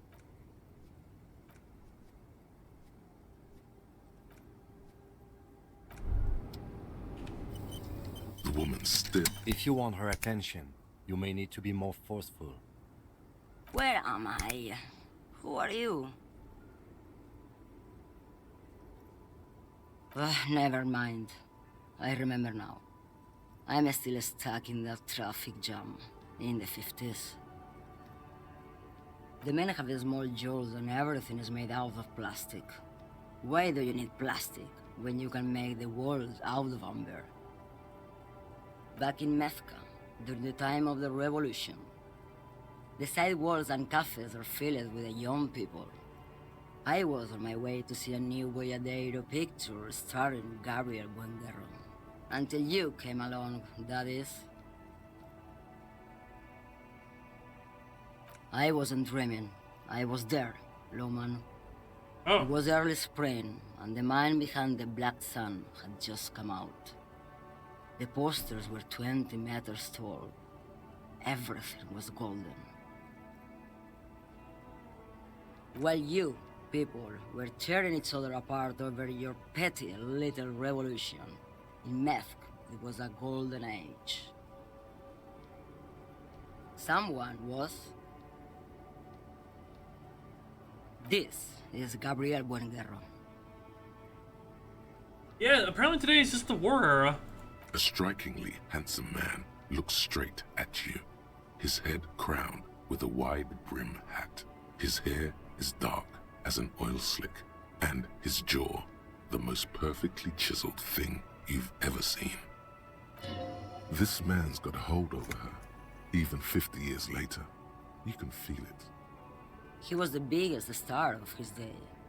Girls used to faint in the aisles of cinema whenever he came on the screen. And schoolboys used to memorize all his lines. They are someone's memories, boy. What difference does it make if it's me or not? They're beautiful. That is all that matters. Beautiful and true. Why not, Harife? It's not like I have anything better to do in this hellhole.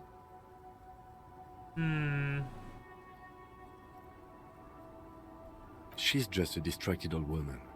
We should maybe let her get back to her things. So he doesn't think she's a smuggler. You hear that, Loman? I don't think your partner likes you spending too much time with me. Nothing. I just don't think she's connected to anything. Oh, don't worry about me. I'm one of the best communers around. I drive routes no one else will. Lomonosov's Land, Udashnaya Zemlya, the Western Plain. A terrible cold comes over her, rattling her teeth as she stares inward. The Transcatolia Magistral. You for 1A. Adestradas do Mirador. All the good ones. The deep trenches. Where the bluebirds fly.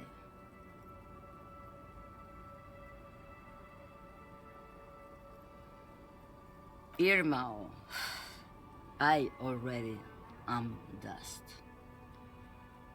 Diamonds? Of course not.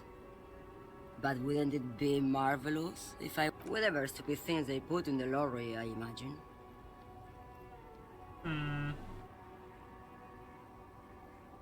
I quit concerning myself with that a long time ago. Besides, I don't drive the lorry for the cargo, if you know what I mean. She says that as if something narcotic is the real reason.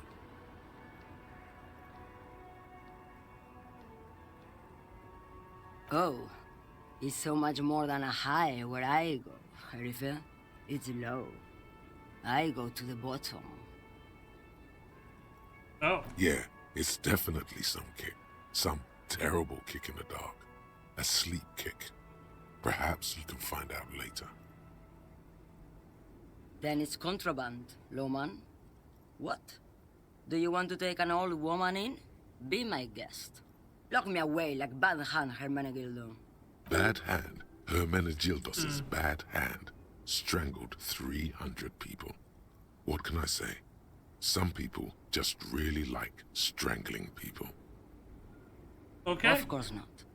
To truly understand the Boyadero, you need to listen to On the Western Plain. It's an old ballad about a young girl who falls in love with a daring Boyadero. He promises to marry her as soon as he returns from the Western Plain. Of course not. The Boyadero returns from the Western Plain a changed man.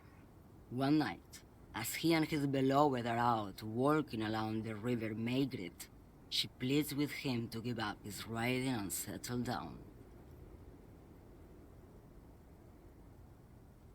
So the Boyadero strangles his beloved and throws her body in the Maigret.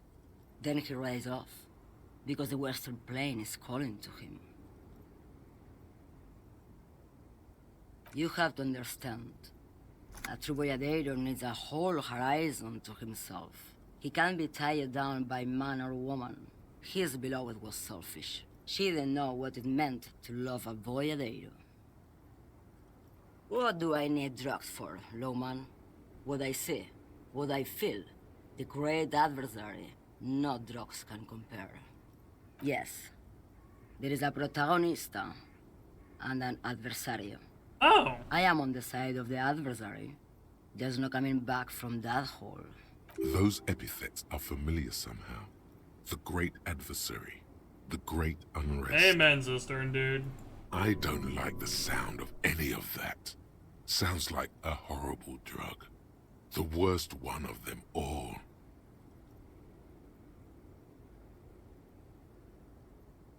Then what were you getting at? This line of questioning is going nowhere.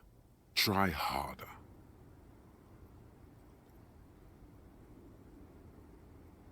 Why would I want to do that? Lowman, what in the name of God are you talking about? Maybe. Probably not. Makes no difference to me either way. Just this month, I made half a dozen trips from Saramiriza to Grad, on the U41A. What do you think they take from Saramiriza to Grad, Lowman? No, Lowman, diamonds. Damn this. Make her answer.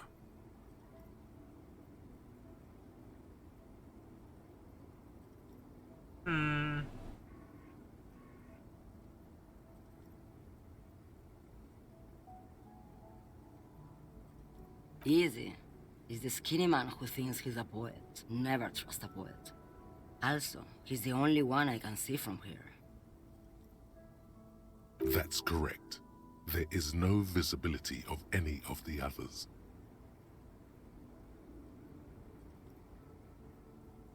Or Dorlo lifestyle. Diamonds are good for you, Lowman. You should try them sometime. Make yourself pretty like Eva de Zoras. I would never make fun of a real Lowman, Herife. Ma'am, you're not responsible for what the client puts in your lorry, as long as the seals are not opened. We officers know that. Lay off her. Where do you want me to go? This isn't so bad. I can listen to music, or the seagulls. Look at all the colors and the futures of this world. It's a good palate cleanser, this jamboree.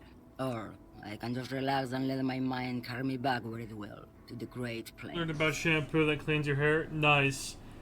Now, you know, a word for Ming. I don't think you were here, but one of my mods, my channel artist, he got an advertisement for fucking condoms on Twitch. And I'm like, I made the joke.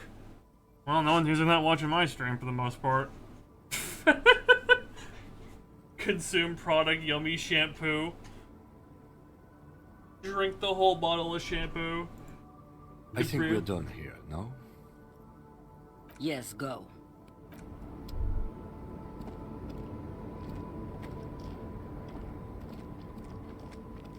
Spanish ads are just a thing, apparently, for people. A lorry stuck in the traffic jam.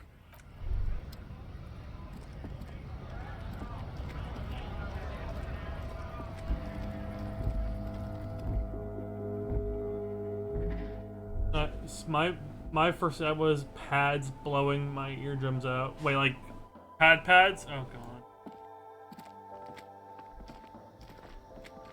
The tear machine stands in the corner. Your bottles clunk into the machine, and the money appears with a You're 100% sure you got special hobo cop money for that tear. At least 100% extra tear money. If the numbers on the machine told you otherwise, do you know what you should do with that money, kiddo? You should buy more alcohol. Enter the endless cycle of consumption.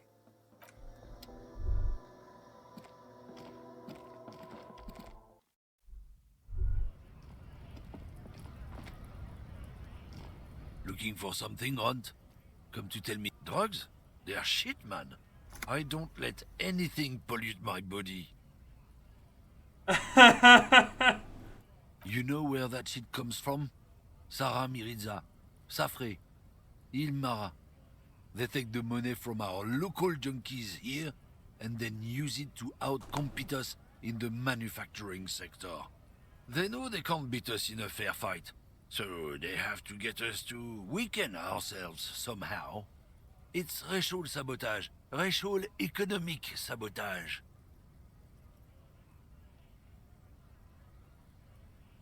Not in, not out. I'll never betray the purity of my tribe. So you're telling us that you don't know anything about drug smuggling through Terminal B? I don't know shit. And if I did, I wouldn't tell you. What do you think? I can't leave the lorry unguarded. Stuff's been getting looted lately. It's those little kips sneaking around at night. If they touch my stuff, the bosses will be on my ass like ass cancer. Yeah, I knew that guy. He was an honest driver who loved this country. We were having a good debate about genetics at the Wheeling in Rags when some kip boys smashed his lock and took damn near everything. Lost his fucking job over it. Since he left, I haven't had anyone to talk to. It's a fucking travesty, is what it is. Isn't it obvious? Fucking Sealang, that beady-eyed South Samaran. His little side business is a scam. I wouldn't be surprised if he was paid. He's a Samaran guy who likes to pretend he's some kind of businessman. Really, he's just selling his employer stuff. Stuff he stole after he broke the seals on his Humanox lorry. Just follow the smell. It smells like apricot and oil when you're nearby. Yes, yes. Where is he? Looks like I offended your partner there. Too bad. Sealang's usually a little bit south of here, near the canal. You can't miss him. Just watch. His tribe are natural liars. It's in their blood. He's your man, all right. 100. I wouldn't be so sure about it. Not until we've heard what Sealang himself has to say. Guess so.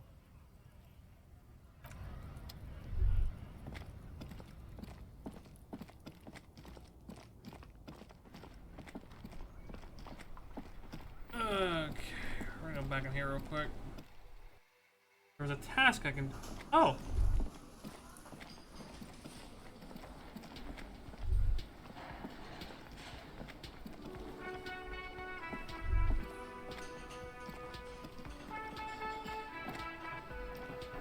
I help you? Yes, have you got it? You must be joking, right? You come here, trash everything, and now you try to pay. This isn't a game show. I'm not going to accept it. You owe me cold, hard money. I want to see that money in the palm of my hand. Every single cent. Damn you, Fat Everard. Your novelty check is useless. You can cash it in at the local frit near the harbor gates, though it might not be enough to cover it. A lot. For the room and broken window, 100 real. Like what? I was really enjoying talking about the money you owe me. Absolutely out of the question. Absolutely in the question. First we find a sad banger. Then we sing this place to shit. I need to get the money to pay for that shit. The man ponders his cooking utensils and gives you a little nod, acknowledging your presence. The mention of mañana gets his attention. He smiles and delivers a whole slew of unfamiliar words and lively gestures. Then he falls silent again. The man says a couple of sentences in that strange language of his, and then seems to wait for you to speak. Horse need more vodka? Okay, so it's vodka that keeps the men happy and in good spirits. Clever move by the Union. Of course, vodka. Now that makes a very, very special borscht indeed. Turn it up and then ask for some yourself. Turning it up seems like a dangerous idea, honestly. The place is a powder keg.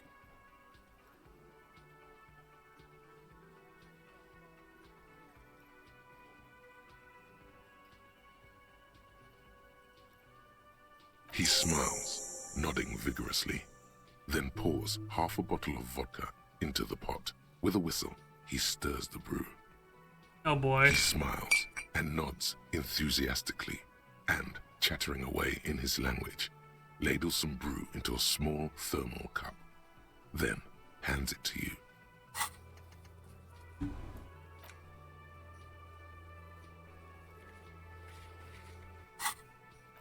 I still don't have the city map, by the way.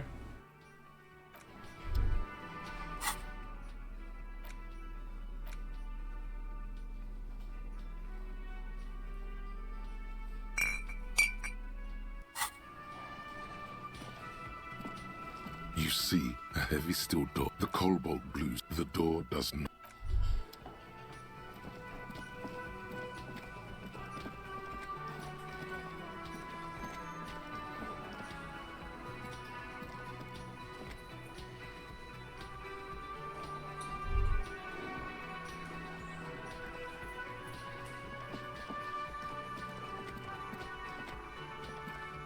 Hello again, sweetie. Yes, dear. A paraplegic is someone with limited or no ability to use the lower half of their body. Paraplegia is caused by spinal cord injuries, like falling from it. That's quite all right. I'm used to people asking questions. I know they're thinking about it anyway.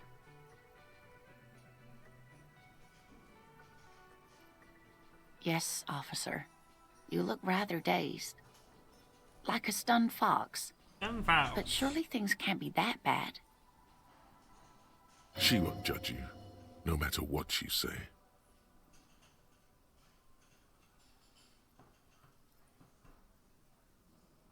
Oh my. You know where we are, right?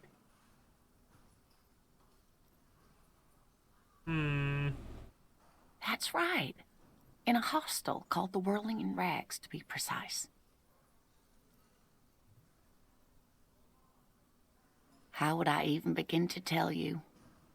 Revachol is the most beautiful city in the world. We're fortunate to be here, you and I. I haven't seen very many other cities personally, but everyone says so. Revachol is a rare jewel. This city used to rule the world, though it has seen better days. Speaking of history, you know what year it is, yes?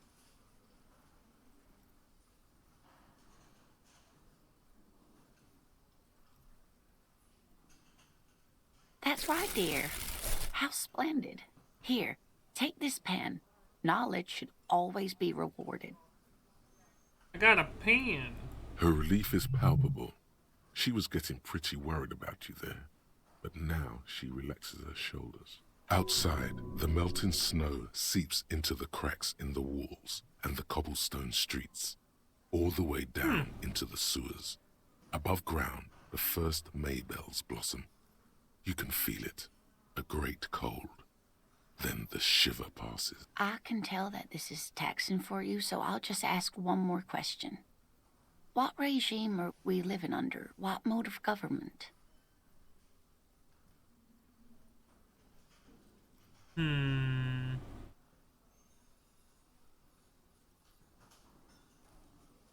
Nope.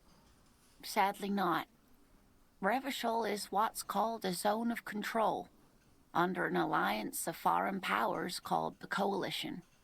We have no government of our own, and oh dear. And you were doing so well. There aren't any cops in Revachol, not in the traditional sense. The status of law enforcement has been a complicated matter since the revolution. But we should stop for today, sweetie. You look like you need a break. Besides, I'm not the best person to explain the big things to anyone. She's scared now. She's realized you really are brain damaged. You were doing quite well up until the end, dear. It does look like you're having trouble remembering things. History and places. Remembering reality I don't know what's going in on. a word. It's very odd. A sigh. The lieutenant buries his nose in his notebook. But maybe a fresh set of eyes is what the world needs. And while I'm no doctor, such bouts of amnesia are often temporary, so I wouldn't worry too much. A defeat, I'm afraid. The people of this archipelago tried to build something new, something different.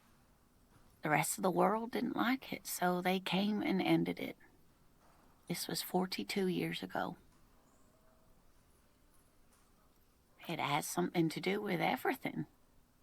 I really don't know how to explain it better. Gaslighting girl boss. Exactly. Always gaslight, always girl boss. Someone more educated in sweeping matters. No. I'm not an encyclopedia. I won't be a guide either. I'm a detective. Of course. Then I don't know. Someone rich, maybe? Wealthy people are educated. Though I don't know where you would find a wealthy person in Martinez. Oh, I'm perfectly all right. I'm more worried about you. What was that?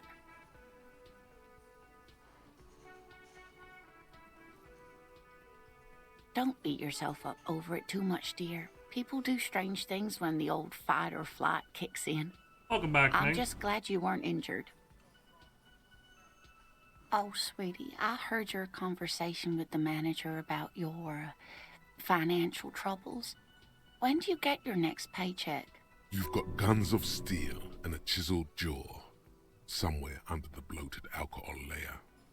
Maybe she'd like to sponsor you. Your deportment remains dignified as you shed a single manly tear. Sweetie, I only have a few cents on me, but I could give you this to pawn. Just to tide you over. Wonderful. He has a pin.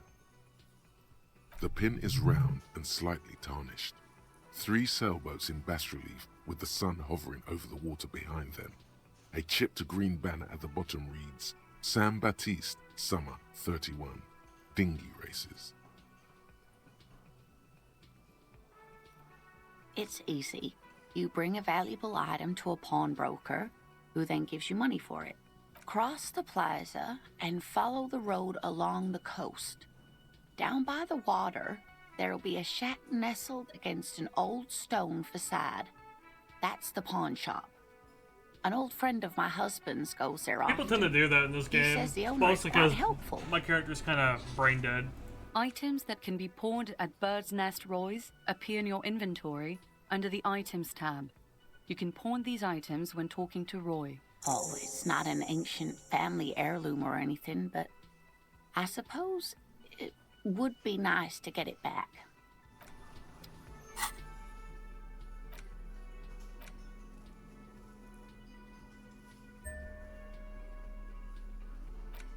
Monkey!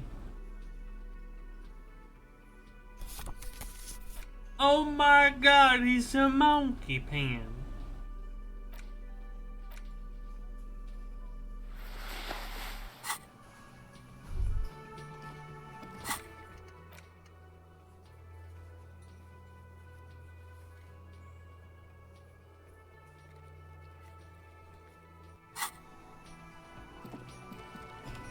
Out of curiosity, where the hell is the pawn shop? Because they said it, but... Down by the coast.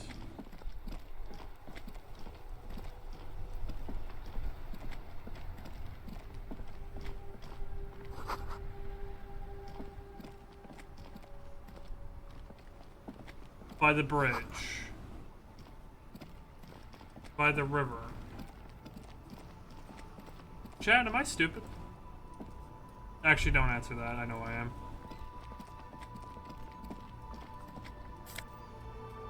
Cigarettes!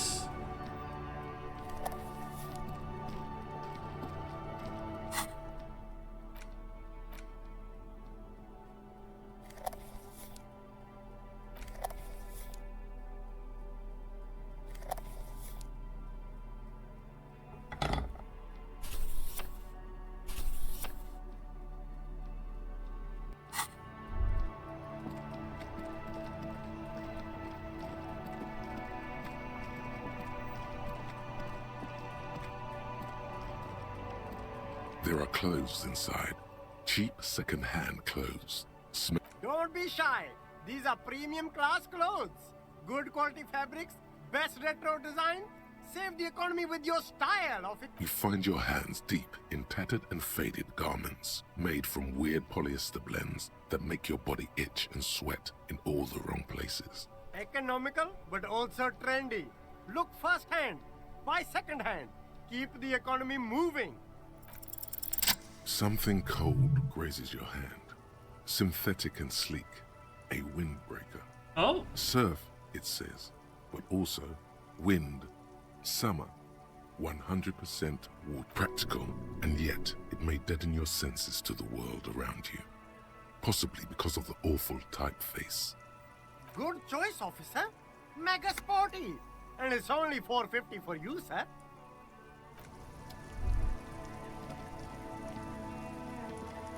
There's a pile of cheaps. You like sunglasses, officer? I've got the... These are all boring. Boring third-rate ho-hum sunglasses made of cheap Ceramides plastic.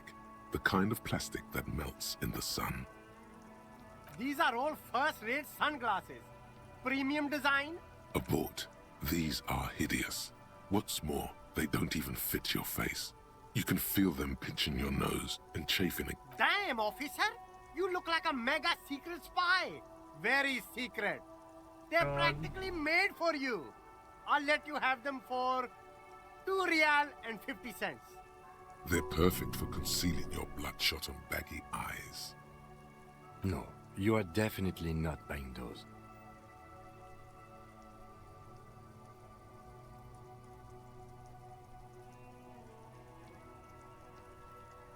Are you sure? But they look so good on you. You should think this through, officer. Oh my god.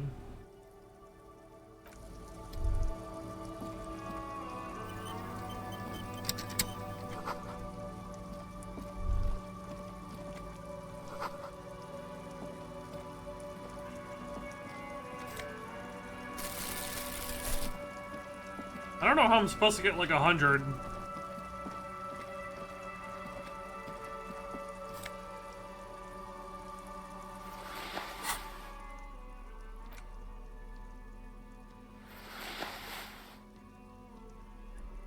Hell yeah, I got gloves. Look at me, I look fabulous.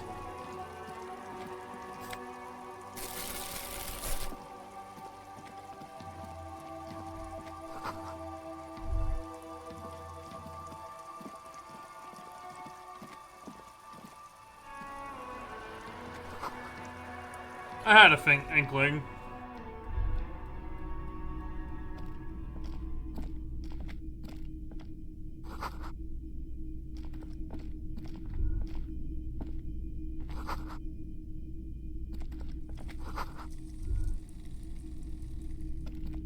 The boomboxes on the shelf look well-loved and well-traveled.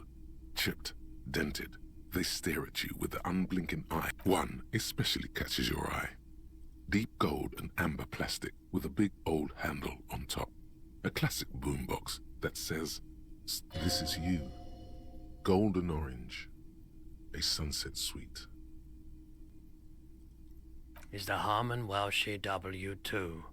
Made in Vespa. Designed in Seoul. Plays all reel-to-reel formats. 2mm, 8mm, 12mm. It's even got a little radio in there. It'll set you back 12 real. If police work means playing tapes, sure. You can use it for that. You see rows of toy soldiers guarding the rest of the trinkets displayed on the table. Some on horseback, others in rags, others yet in bright blue uniforms. All are stern and unyielding in their duty. Try to find something pretty and cool here, then use it to win her back. Yes, buy something nice, a figurine. Everything you pick out seems faded, chipped, and sad somehow. Most of them are just broken toys. This set of soldiers isn't meant to look impressive. A few have rifles, but most of them carry pistols. Some even shovels and tall sticks. You're probably talking about the revolutionaries, yes? Yes, they are soldiers. Revolutionary soldiers. I think their poverty has been exaggerated for effect. When you place them next to the royalists, it doesn't seem like they could possibly win.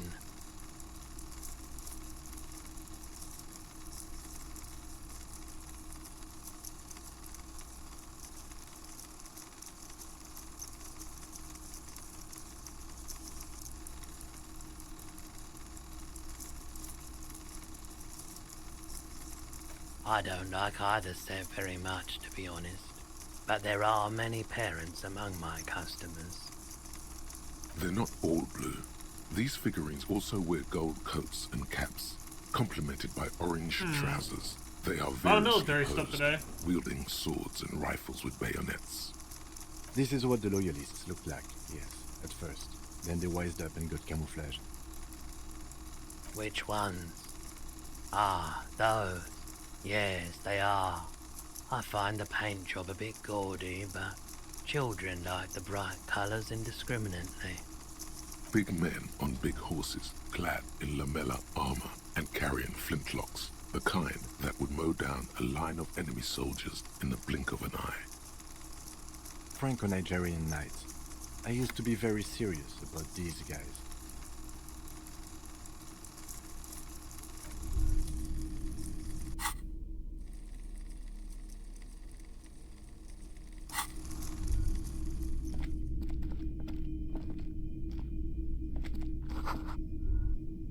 Typical Martinez streetlight sits among assorted floor and table lamps. Yes, officer. As you see, it's in perfect working order.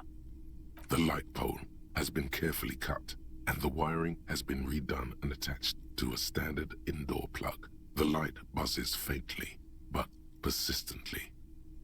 Yes, officer. As you see, it's in perfect working. It was brought to me to be altered. We are not here to investigate the theft of city property.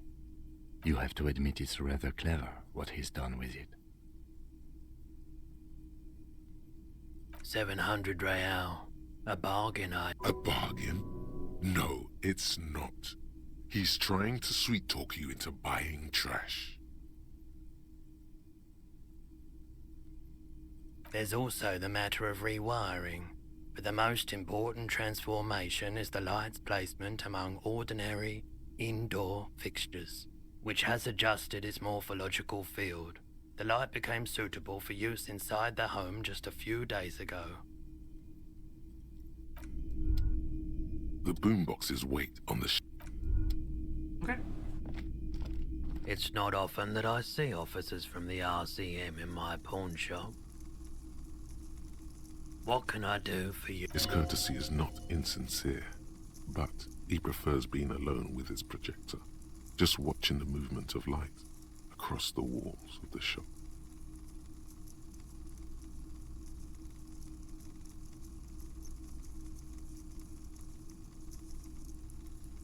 Oh no, not at all. I guess I haven't had many customers lately, RCM or otherwise. Who are your customers usually? All kinds of people come through here. Locals, travelers, people looking for a deal, people looking for a keepsake, people who are terminally bored. As you can see, I have a wide selection of goods for everyone to choose from.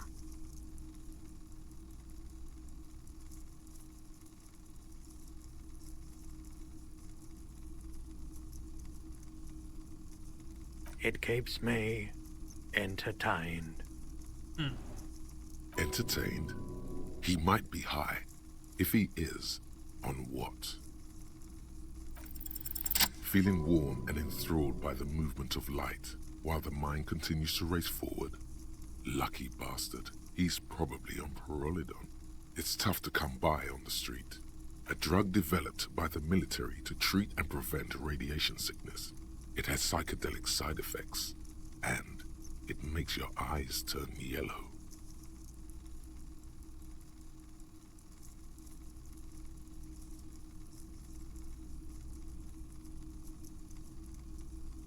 I try to keep the shop at a comfortable temperature.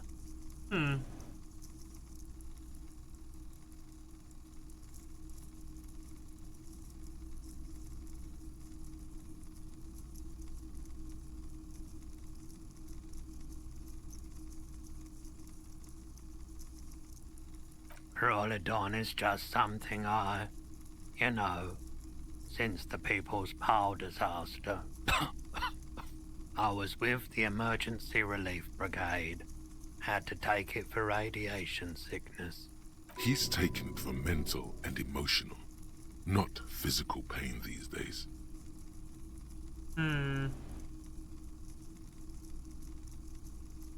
There's a reason why everyone's tried to forget any of it ever happened, and why no one has tried to repair or replace the pile. So much disappointment, and early deaths. Cancer mostly. And we knew all that was coming even as we were cleaning up as best we could. No one's. Everyone's. So much bitterness. A bunch of poor people built themselves a primitive nuclear reactor, hoping for the best. What do you think is going to happen? The cleanup happened 15 years ago. I was young then. Later, my second aunt died. Left me this shack and all the assorted junk in it. So I came to Martinez. People told me don't go there. It's a shithole. I said, people, we just had a nuclear pile meltdown. I'm gonna get as far away from Forburg as I can. Still in the same city, but... a bad idea. Some poor leftist built a particle decay generator in hopes of bringing affordable electricity to underserved communities. It malfunctioned. Radioactive waste everywhere. Probably some of it in you, too.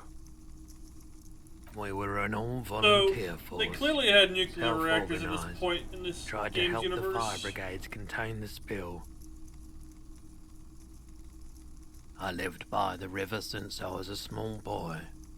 The Esperance. Didn't have the art to let it all go to shit without trying to do something to help out. Andrew was... Yeesh. There wasn't much the volunteer force could do, however. We wasted years in the river mud. Years getting sick. I like the theory more than the story. Outward movement, not vortices. Yeah, you gotta get in on those vortices, my man.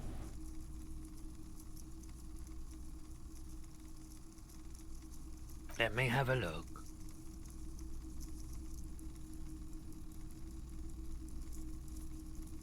Jean-Baptiste summer dinghy rates is 31.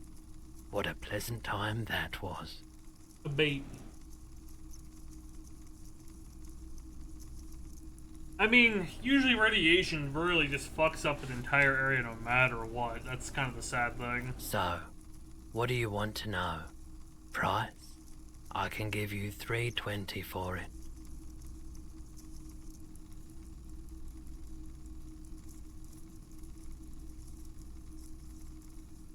Sure, I can keep it behind the counter for a week, but only if you pawn it right now. A pin from 31 ought to be priced at $3.10, but I added another 10 cents just to be nice. Sure thing.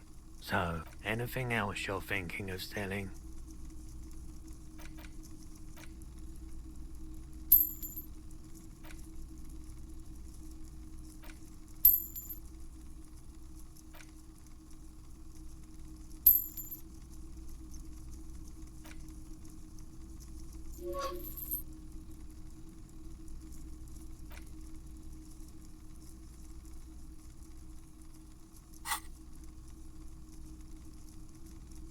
I'm not purchasing any more clothing at the moment. Another time, perhaps. Someone else came here earlier today asking the same question. I promptly sold her the gun you pawned a couple days back. What? Sold? Oh. The lieutenant shifts from one foot to another. Alert.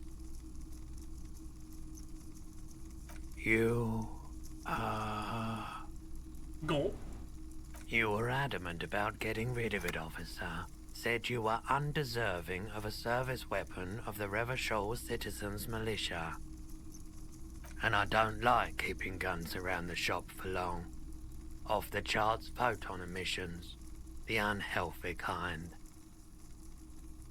She didn't seem like a policeman, although she kept referring to herself as a pig, which was odd. I found her interest in the gun a bit obsessive, but I was just happy to get rid of it. Truth be told, she... Right, so let me get this right. You sold your sidearm, issued by the Citizens Militia, and now a civilian is running around the streets of Martinez with it? It's possible in these parts of town. We ought to... My apologies, officer, but I have no idea where she was coming from or where she went.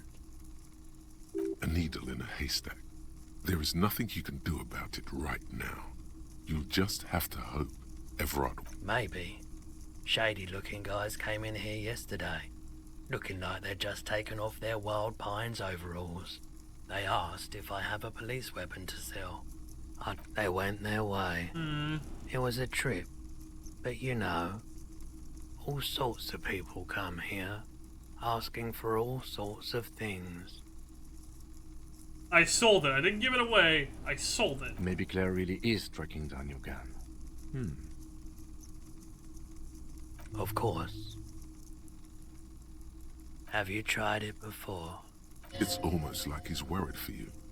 The lieutenant steps away, pretending to admire some of the knickknacks on display. Looks like he doesn't want to get involved.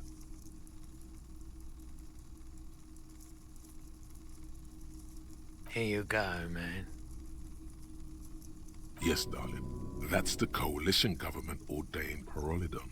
Straight into your gut.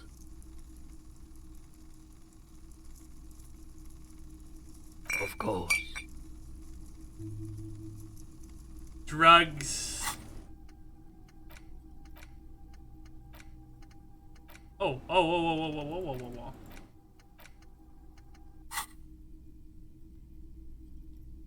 Sure thing.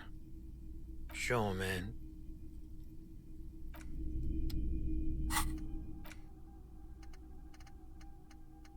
Holy shizzle.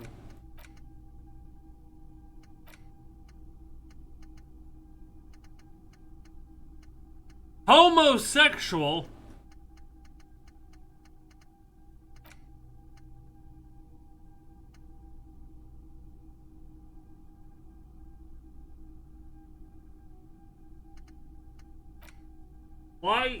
Why is the thought of being homosexual?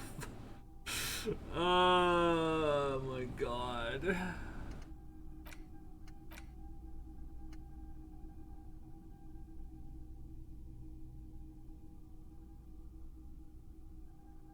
Hmm.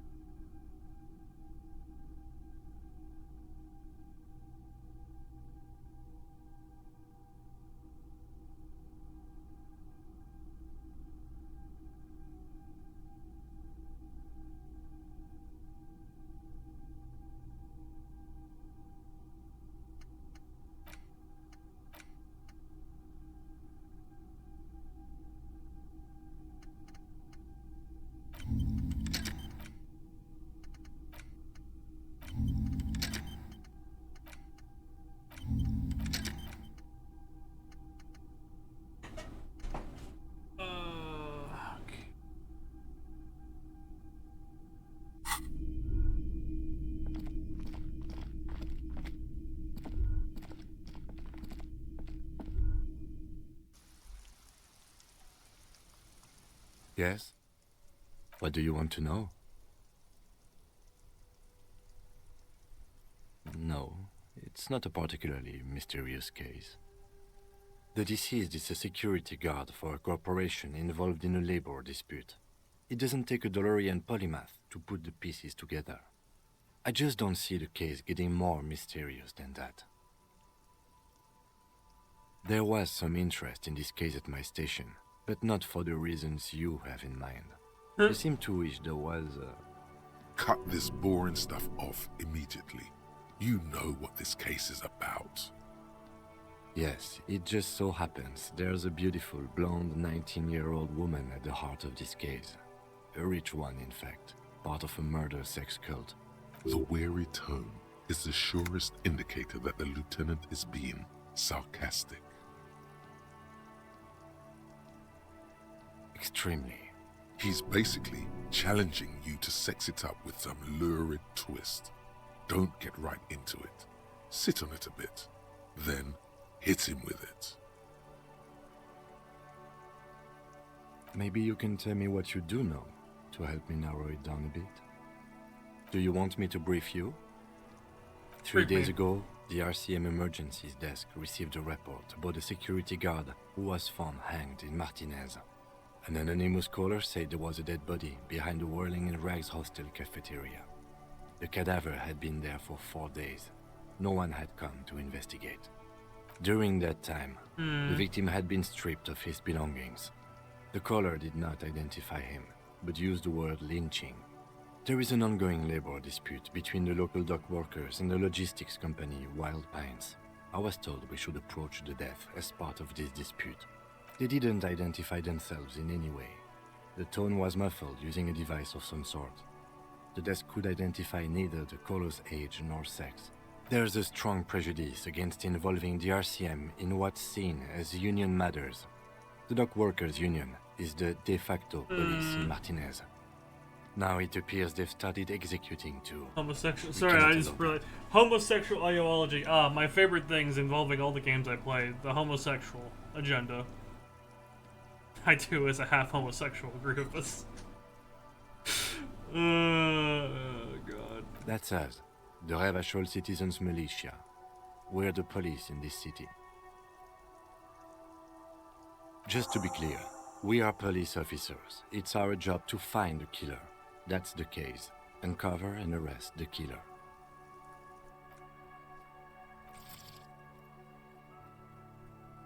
Oh, I'll turn it off.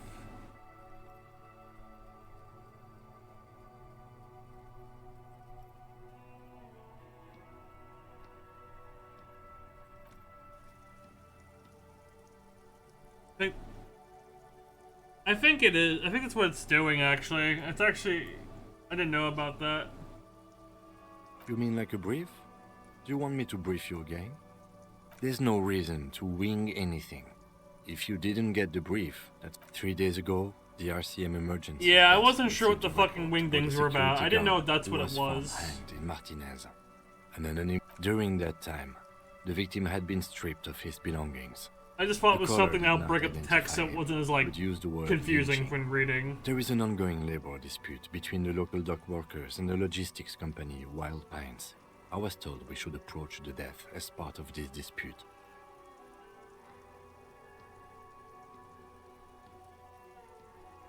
Fair enough. I mean, I know it is, but it's interesting to kind of poke around. Okay, then. Was there anything else you wanted to know? Good.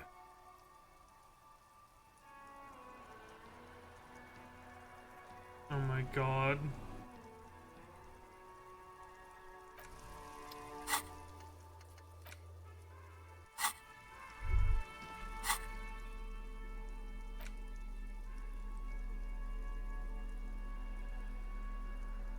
I have so much drugs.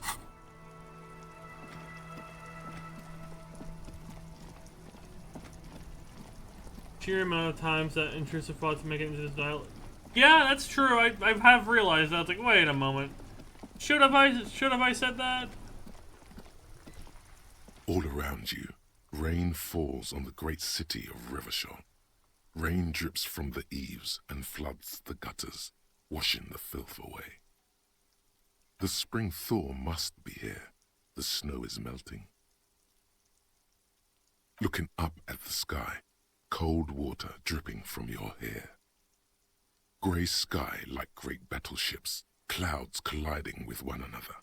Rain falls down on the world, humid. Your coat shields you from the rain while the city shivers around you. Sheets of rain over the water, a flight of stairs leading into the ocean. Wave after wave washing the coast of Martinez, with its motorboats and gently swaying reeds.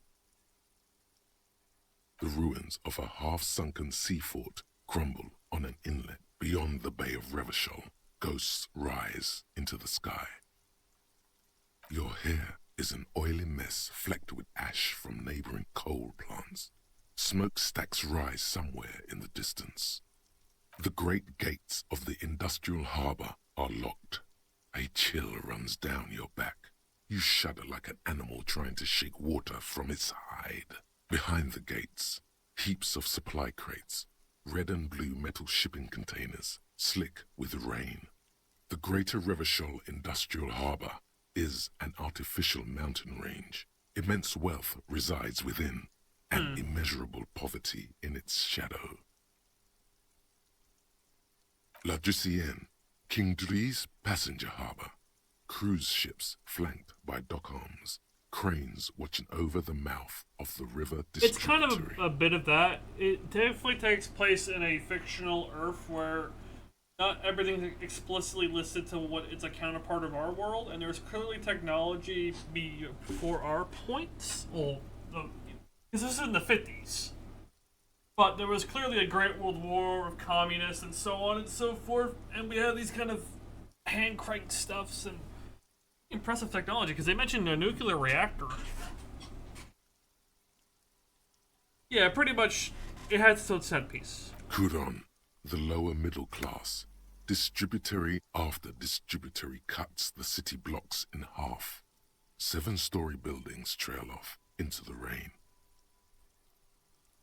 A silvery curtain of rain over Capeside apartments. Tower blocks crowd one another. 4.46mm bullets still lodged in their war-torn stone walls. Hallways collapse from the mortar hits of a war that was lost long ago. Oh yeah, that's right, there go are. To waste in the rain. So it's like more advanced, like 50s at that point. A yard. Rain falls onto the roof of a woodshed. Coal leaks into a puddle beneath a dead man's feet. He swings from a tree, bloated. Droplets of rain slip from his cold cheeks. A traffic jam. Rain thrumming on the roofs of motor vehicles. Inside, drivers watch water streaming down their windshields. The statue of a king shudders. He too is cold. The canal bridge has been raised. The road ascends. A raised motorway loops above the ghetto. Beneath its concrete columns, a sea of rooftops, woodwork, and tar stretches northward. 4-story buildings as far as the rain can fall. The snows melt in Jamrock. In the rain-swept distance, above the rooftops of Jamrock, a repurposed silk mill stands perched above the motorway exit. Precinct 41 hunches in the rain. Your vision blurs. You wipe your face with your hand. The rain stings your eyes. Coalition aerostatics hang like apparitions under the cloud cover. Way up there, where rain forms, rotors flutter silently. Your sight clears.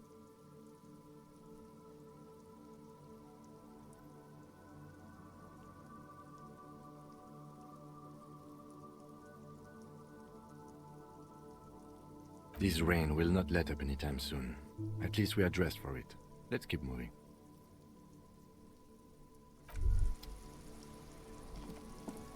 The worn and beaten wood. We can sit on benches after we've solved. You can revisit the bench.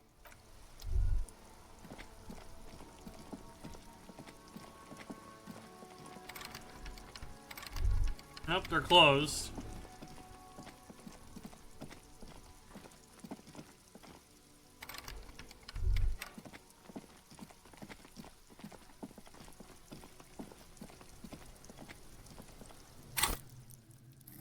Okay.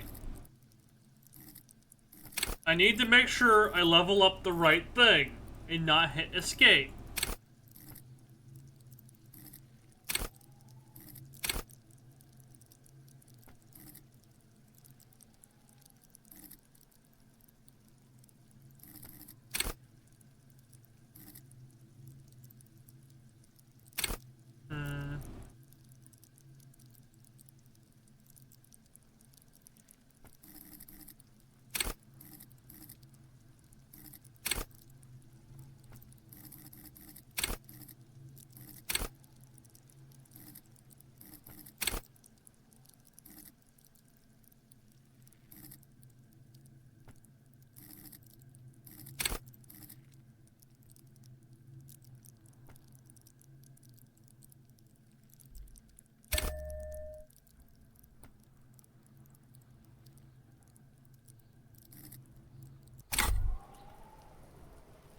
Wow, you work hard.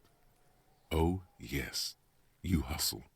You're a provider. Getting my emotions stuck to me more. But you keep it real and provide. Oh yeah, like a horse, a workhorse, for hard work. Look at yourself. You're a human pedometer. You must have walked 200,000 steps down cracked asphalt, mosaic, sand, and linoleum after you re-emerged. That is the sign of a hustler who never gives up. The world is harsh and people are evil. You didn't make it that way, and you won't let it break you. That's just what it's like, life and death. But you got gills on your side, baby. Got those black papers with the faces of the innocents on them. You bring in the Franco-Negros and the Solas. Excuse me? It ain't easy, but you do it, day in and day out. You didn't make the rules, but you won't lose. You're a cop, and a sprinter, and a money printer. You didn't log that in as a donation either. You don't log any of that shit in. You're a straight rider. Yeah, you're in the sales business. Shake 'em for shit and then pawn it off. Law officer style. Wasn't easy getting that giant novelty check from Everard. Took some ingenuity to get into the harbor, but you got in.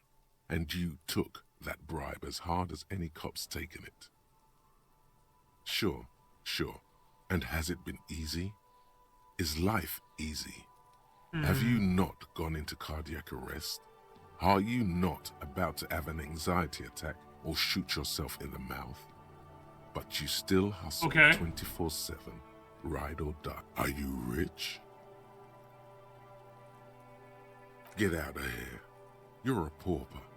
You work harder than anyone. Almost rode yourself to the grave, and you're still practically a hobo. Why is that? Because of the taxes. G-Man's got his jam-covered sticky fingers in your pocket, stealing from you every time you buy, sell, walk, talk, fart, so much as sneeze.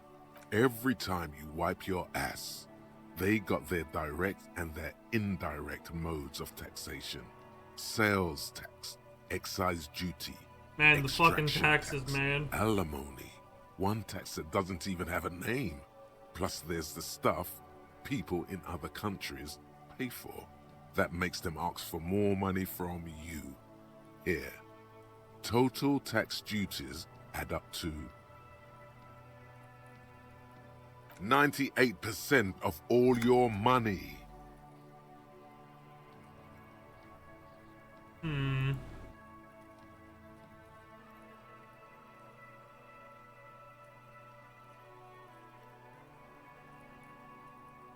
What are you, a racist?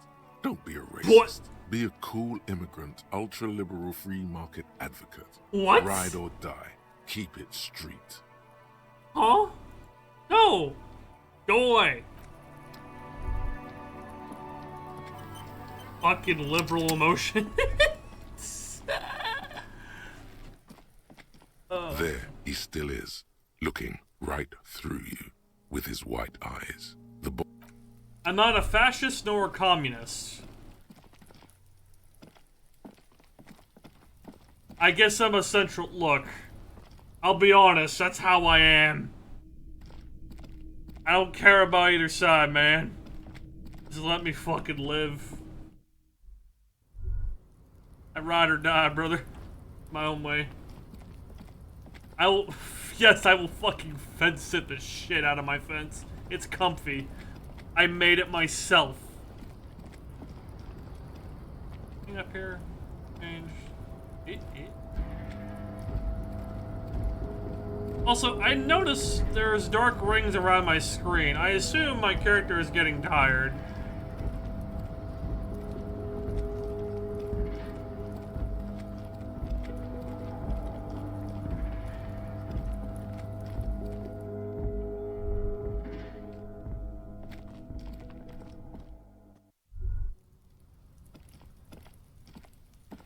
Gotcha.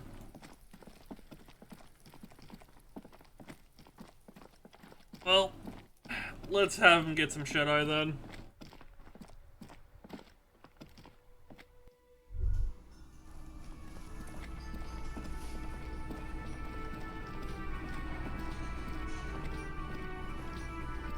Oh shit, that's right.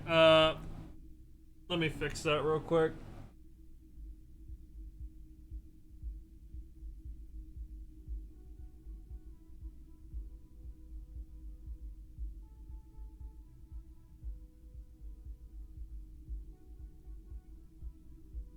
I gotta adjust my shit.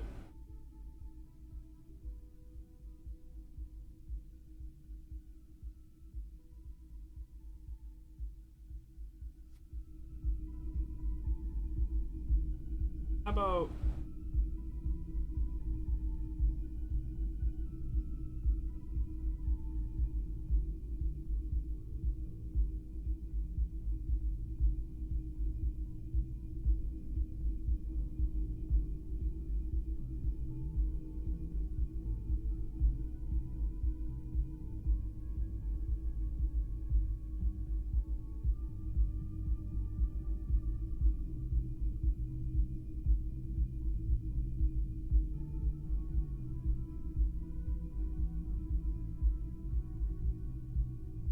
on, chat. Okay, there you go. Now you can see the time. That looks like it's in a much better cumulative spot.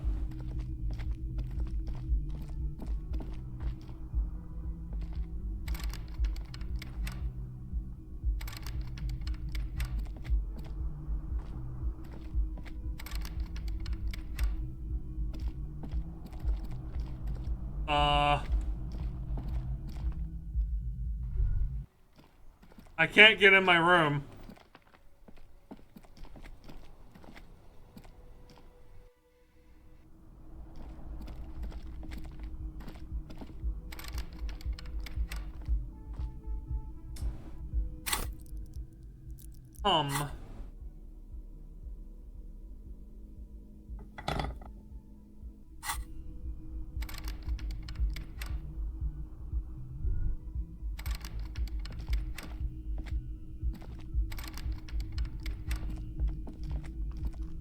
This is awkward.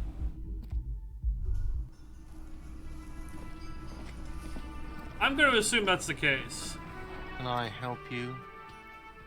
Yes. Have you got it? A lot.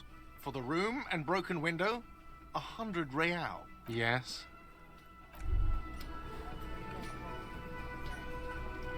Yes? How am I going to get that money? I only got $17.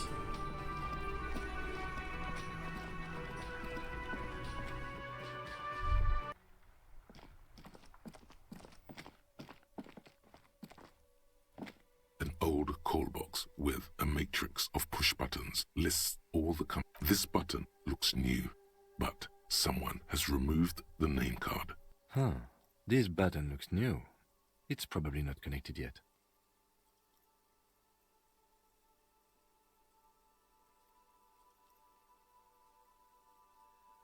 Silence. No one answers your call.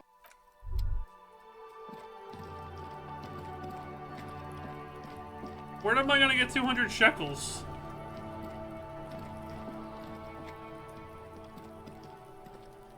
The trash containers. The smell of rotten food rises to greet you.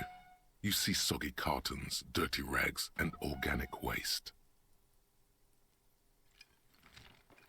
The container sounds a muffled gong.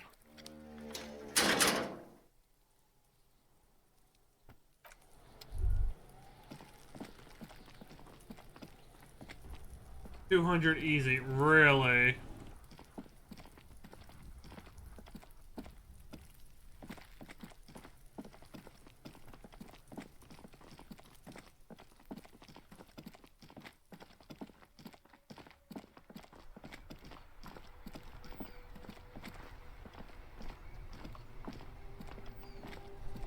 Inside, you see a set of steering levers, a radio microphone, a pull-out. As you tap on the gauge, the indicator pin jerks as if startled.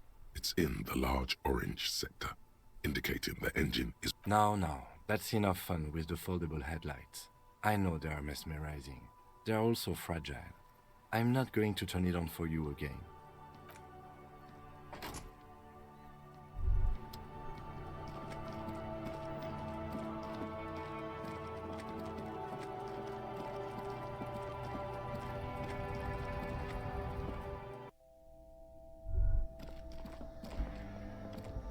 The tear machines. Your bottles clunk into the machine. And do you know what you should do with that money, kiddo? You should buy more alcohol. Chad, am I cooked?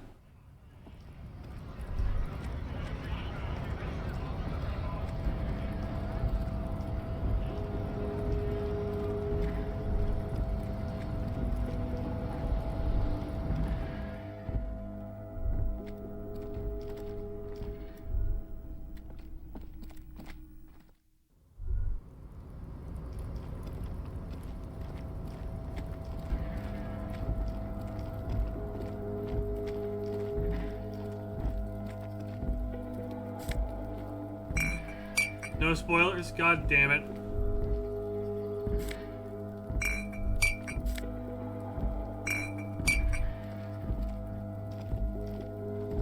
This is the night.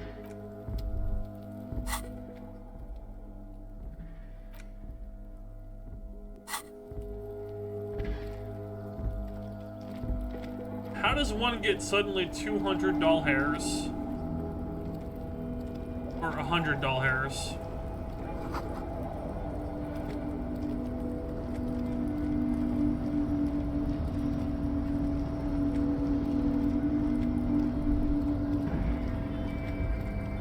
You're back before the cargo container. Its draw has not lessened since you were last here.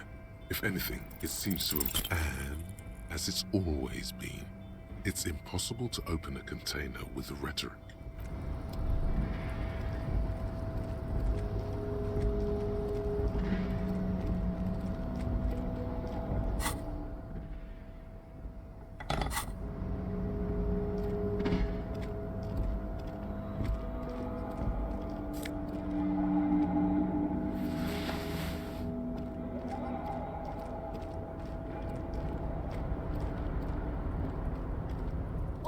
Mister. I knew you'd be back to talk with old Leo here. Yes, I did. It's like Lady Larice said when she opened a bathhouse in the basement of my apartment building. They can only get so far before they're aching to get back. And lots of folk really did keep coming back. No trouble at all, mister. No trouble at all. It's like that old saying goes, wisdom withers if not shared. And old Leo is always up for sharing.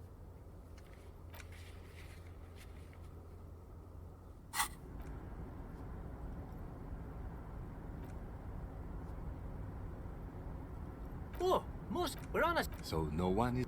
Not everyone is, but Titus and his boys got into some drunk... Like what, mister?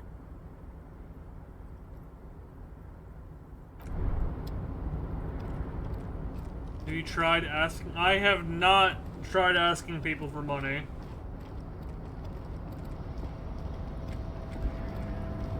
The hell? Ooh, game. The fuck? Did anyone else see that too?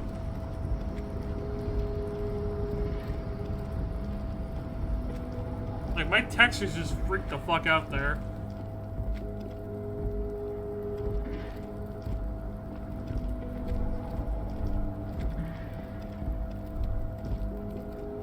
It became like square blocks forming on the screen, like a one textured area. Not sure if that's my game being weird or a byproduct of not sleeping.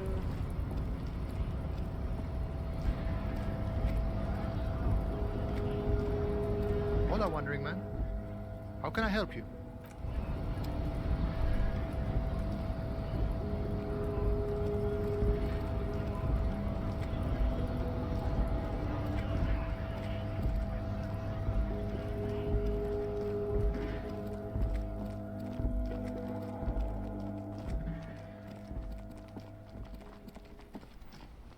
No, shouldn't. Hello again, my man. What's on your mind? Huh? Oh. No, I ain't got any money. They don't want to pay for unfinished work. The bosses, man.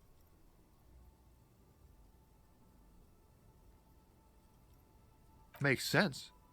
It sucks is what it does. Maybe don't tell people. The people they don't like are actually right.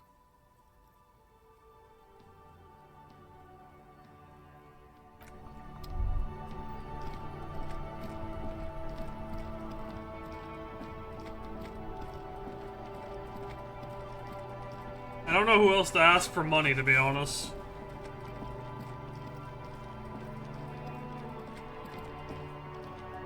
Hello again, officer. Wait. I know who to ask.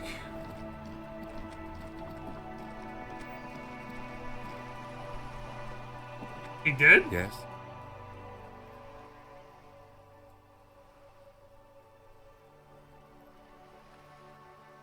What do you want to know? I'm afraid you and I are pawns in a pissing competition. You don't know? I assumed you were in on it. That's good. Better still than an imbecilic cop-off.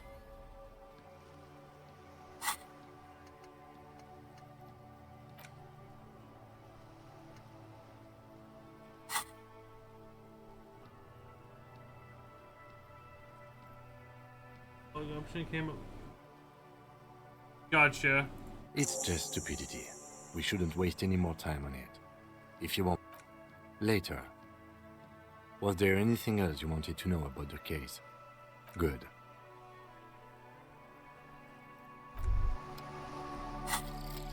Volumetric ship compressor. Bizarre scientific news from Revachol West today, where a police officer's shit has been observed at a pressure of around 495 gigadecimals. These metallic hydrogen levels of shit togetherness were thought to exist only at the center of collapsing stars, not law officials. It remains to be seen how long the shit singularity lasts. Endurance white checks.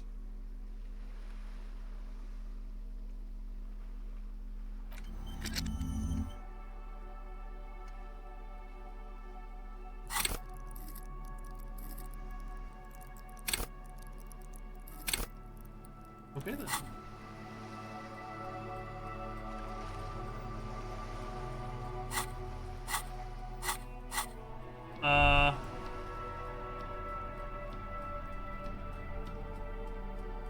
I have cum on my screen.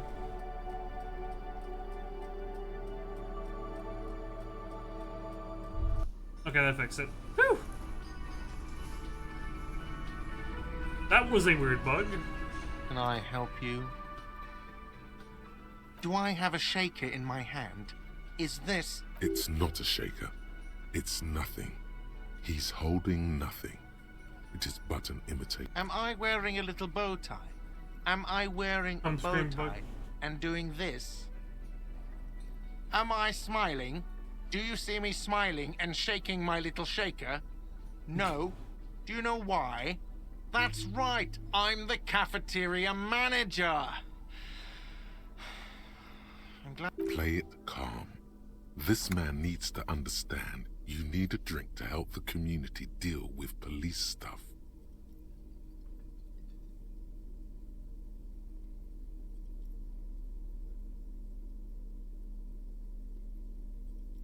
Oh, well, in that case, let me pour you a nice, big, refreshing marinella. Do you want that out of a glass or a pineapple? Don't be an imbecile. I'm not going to serve you a marinella. I have work to do and broken things to fix. Yes, have you got it? Yes? We should think about calling it a day, maybe. The nights are still miserably cold this time of year. You should take care of that, then.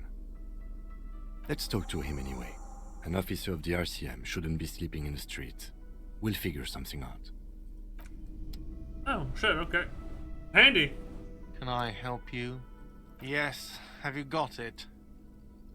Does that arrangement include you paying me what we already agreed you owe me?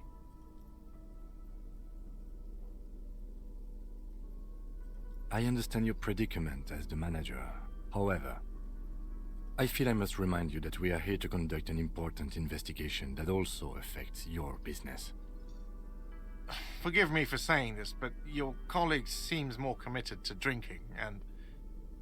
I mean no offense. It's really nothing personal. I just have to protect the interests of this establishment. Good luck trying to use it.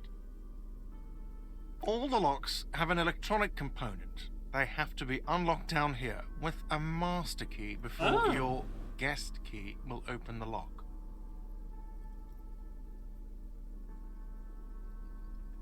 Not until you bring me the money. Okay. I might have something in my motor carriage we can use when you're done here. Oh, Lieutenant, we're done here. Thank you, Kim.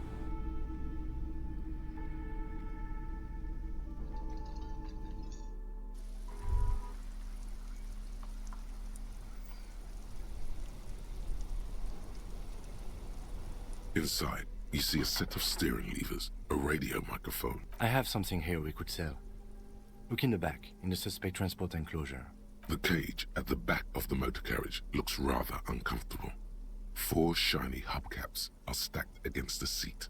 Their silver edges sparkle in the dark. I confiscated this for a little while back. We can take them to the pawn shop down by the Martinez Canal. A couple of weeks ago, I stopped a young man for going slower than the speed of traffic.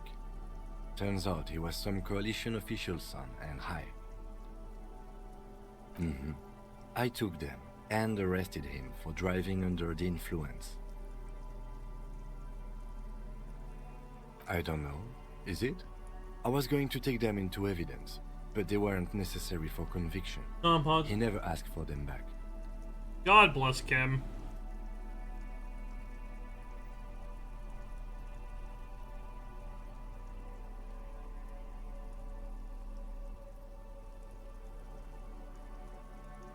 The lieutenant nods as you take the spinners.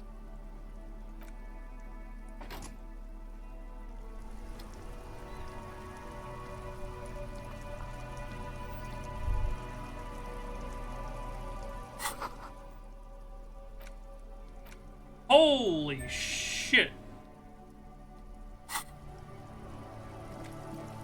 That's a lot of money. Also, there's a lot happening for this Monday. I still have not fucking investigated that dead body, by the way.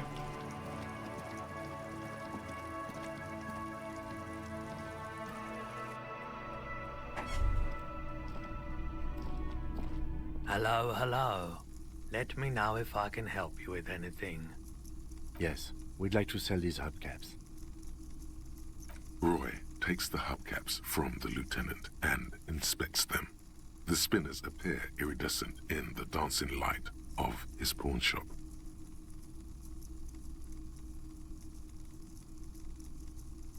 Yes, these are very, very good.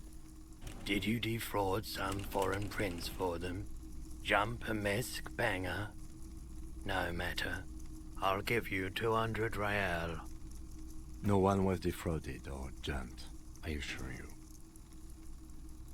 Of course, I meant no offense. 200 real for you, officer. Delightful doing business with you. Do come again.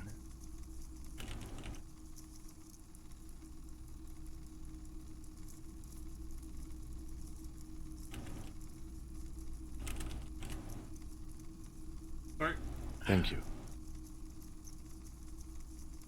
Here's the 100 real you need for your bill. Do not waste it. Anything else you're thinking of selling?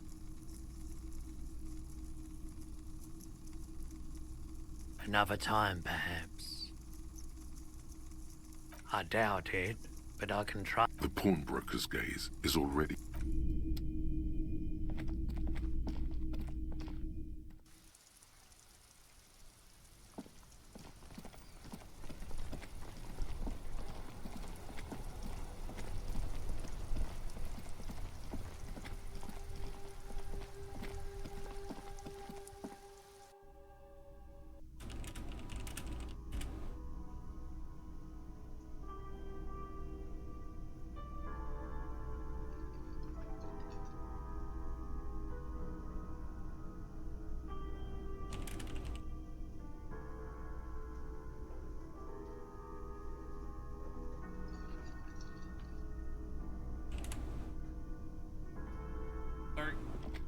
Was responding to anything.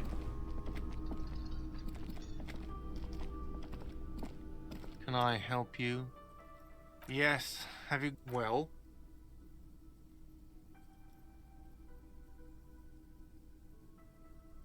Great. Thank you, officer. That's all I wanted. Payment for services rendered. If you continue to stay here, I just ask that you please pay your nightly bill in advance starting tomorrow. He's not sorry about his behavior for your sake. Now that you have money, he really wants to make sure you're not angry with him. The electronic lock to your room has been disabled till 9 p.m. tomorrow. Oh, nice. Please pay for each night in advance starting tomorrow. 20 real per night. Oh my god! I'll take a room here too. Of course. Always happy to have officers from the RCM as guests. Anything else I can do for you?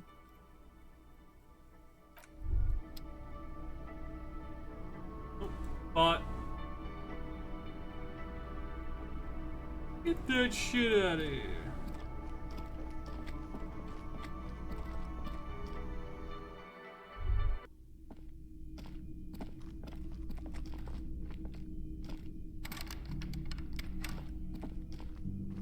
Yippee! This is the door to the room you redecorated.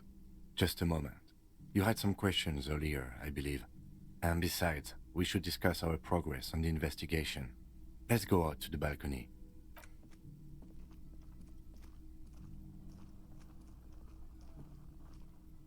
The air outside is brisk. The lieutenant is silent for a moment. He listens to the traffic hum. Then... Where shall we begin? We should talk about the investigation, first and foremost. But I also remember you wanting to discuss the RCM? I have a cigarette every night when I go over my notes. It's something of a ritual. Oh man, he looks so devastatingly cool with that cigarette. You're cold, Detective. Again, I only have exactly one every night.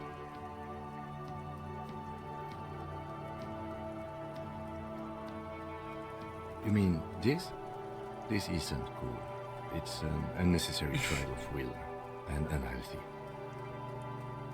Keeping the habit within the parameters he's given himself takes a lot of focus. It would be easier to simply quit. Yes, it's been a long and eventful day. Well, you were so hungover that you couldn't keep it down when we approached the hanged man, so we didn't even inspect the body. And there's still much to do at the crime scene too. We didn't search it thoroughly enough.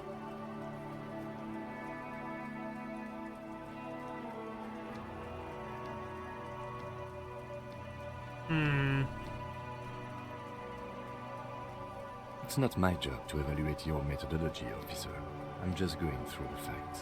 As for the interviews, we conducted an interview with Everard Clare. He wasn't particularly forthcoming with useful information, however.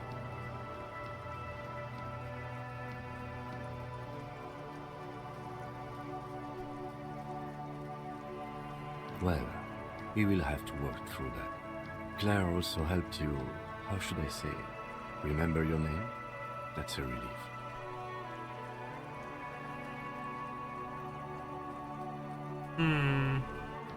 Moving on.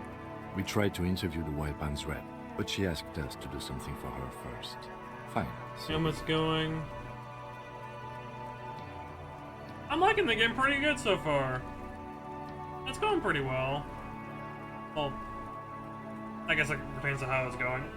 I'm having a good time. Going for the story. I have a feeling Got done with day one finally. The situation really is.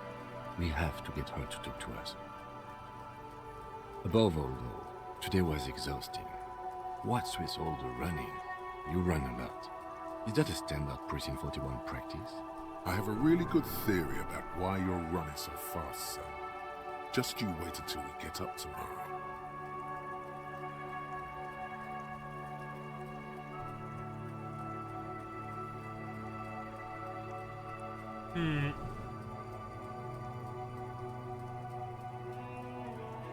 Oh yeah.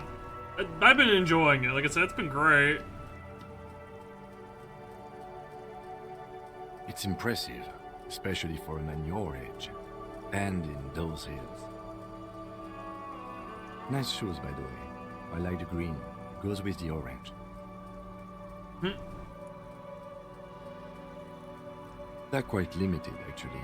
The power officers of the Rebachol Citizens Militia exercise most frequently is imposing fines of up to 1,000 real for offenses, in accordance with an interdepartmental schedule. The RCM's primary role is to ensure safety. We are not really supposed to play any part in the economic structure of Rebachol. Yes, although indirectly, as citizens can always request records from their local station. Officers of the RCM have been known to take bribes of less than the prescribed fine amount. It undermines trust in the RCM.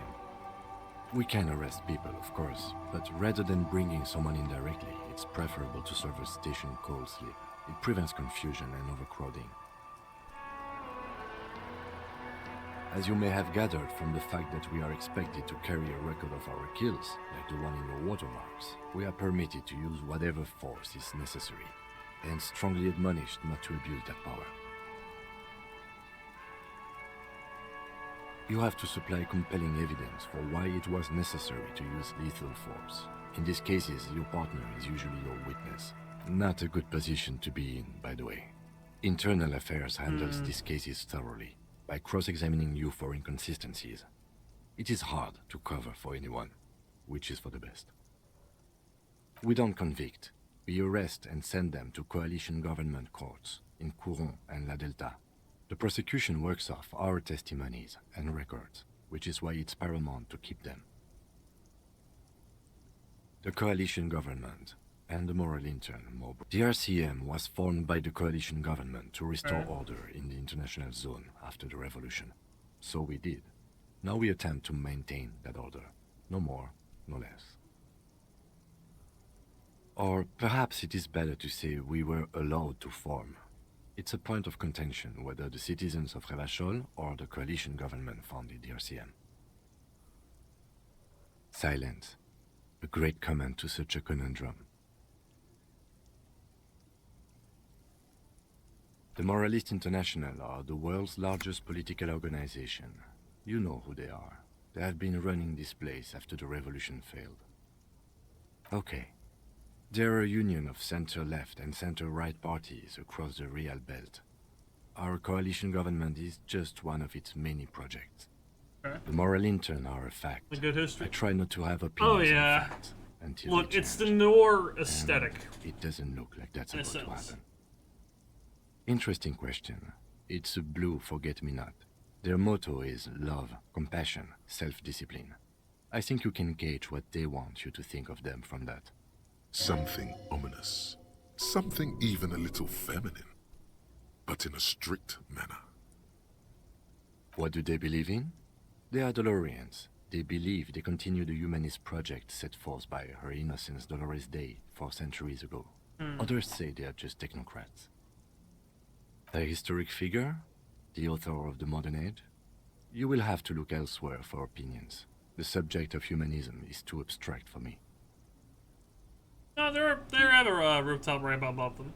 For you, she is something painful, though it's hard to say why. Do you?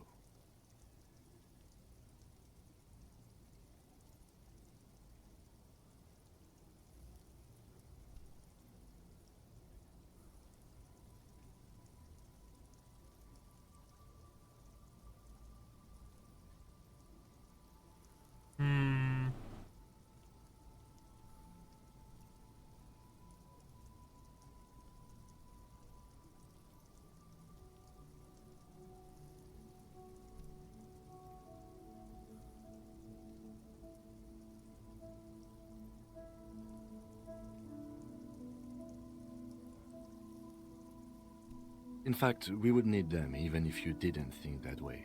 We are in what is called the twilight of international law. The laws we claim to enforce come from the MI. Without them, we are simply vigilantes. Sadly, it is what we already are to the people of Martinez, most of them at least, especially the Union. Vigilantes. I expect our job here to prove quite challenging. It's really cool, the rain. The lights of the orphan district are reflected in his glasses, the red and golden orbs of the motorway sliding like pearls on a string from east to west as Revachol commutes back to the suburbs. Tomorrow is Tuesday. Monday is over. The dying lights of the city shimmer below. Slowly, like luminous clouds, they pass on his lenses. The lieutenant looks at his slim cigarette, contemplating the next drag. They really don't like us here. And the mouth on that kid, Kuno. It's different inland, in Jamrock and the GRIH. It's our fault for leaving this place to the dogs, to the Union, to the company, not daring to come here more often. This place has fallen between the cracks, the jurisdictions of our two precincts. We run this city. West of the river is RCM land. It's incredibly hard. Human beings are... But we are in control, and it's worth it.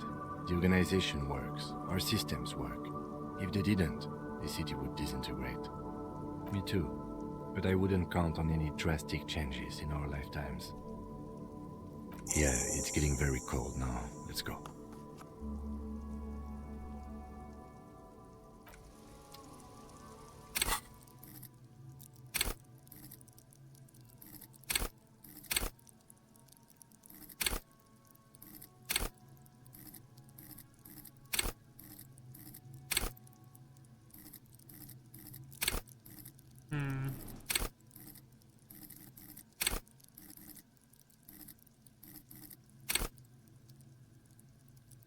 Damn, apparently I really am a druggie, but that comes from my items, it seems.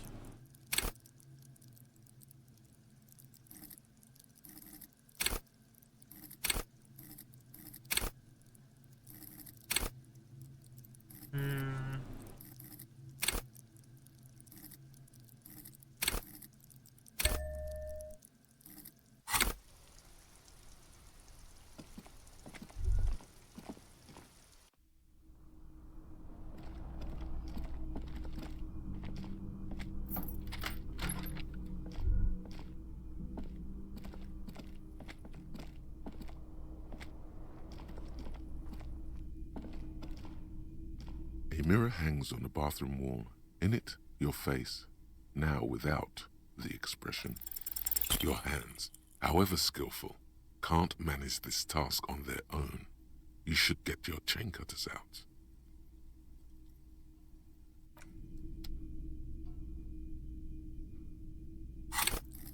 Whoops.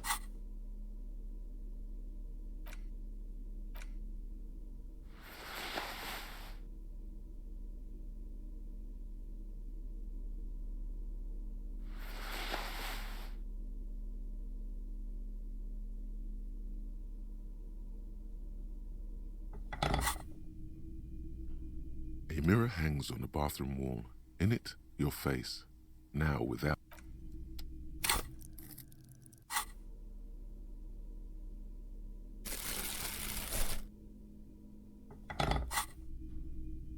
A mirror hangs on the bathroom wall. In it, your face. The chain cutters slip out of your hands as you attempt to twist the faucet into place. Well, you know. A mirror hangs on... Damn it.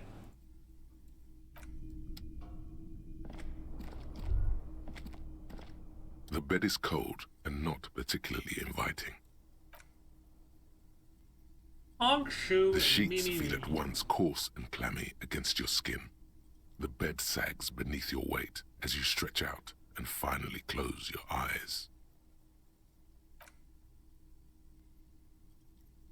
And then sleep doesn't come. Obviously, you're in bed with your eyes closed, but it's not happening.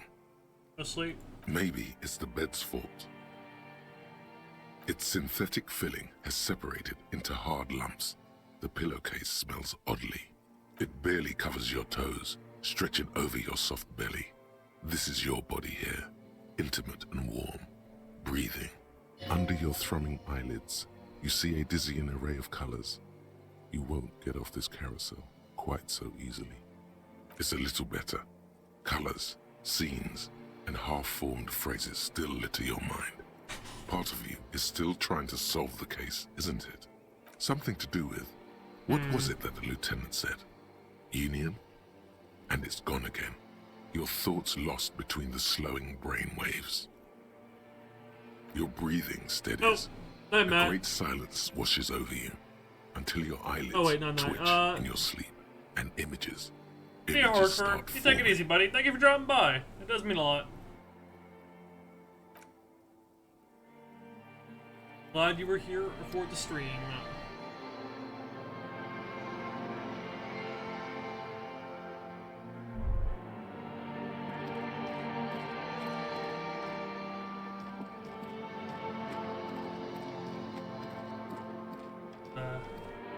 Oh. Do you remember the scent of your childhood? what it says on the can, Harry. Answer the question. You're not kidding anyone, Harry. You don't remember shit. Do you remember your wife's hand on your face?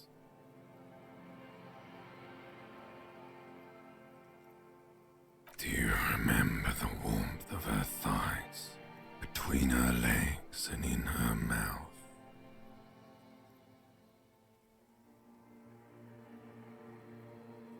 You know who I am. I'm the bad day. The one where you ask her, and then later in the streets, wandering. It's the worst day of all time, Harry dear. And it's coming. She will hear about it on the phone. Reality will turn into a grotesque nightmare. This will be the last thing you did to her. Tell me. Oh no, Funky baby, you stayed. It was the rest of it that left.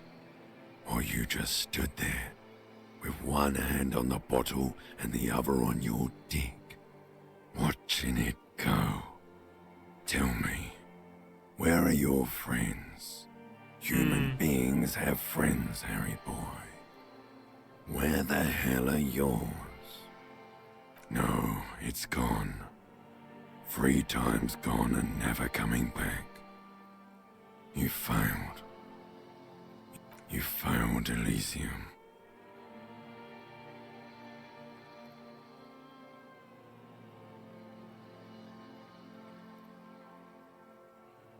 Everything. The Pale and the Islas. On the surface. The outer magnetosphere. Burning, furious truth.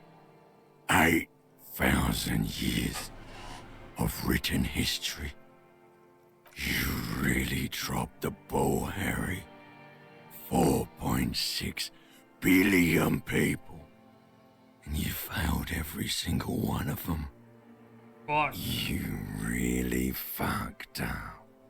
No, you haven't. You're just sleep talking. And the act is wearing thin, too. The spots on the disco ball fade around you. You'll be back in those cold snakeskins in no time, sweating up the bed. Stinky boy. I was not expecting this, boy. Caught me off guard a little. You're not coming back from shit, thrashing around in that high conductivity state of yours, bumping into things and acting like a clown. Who are you kidding?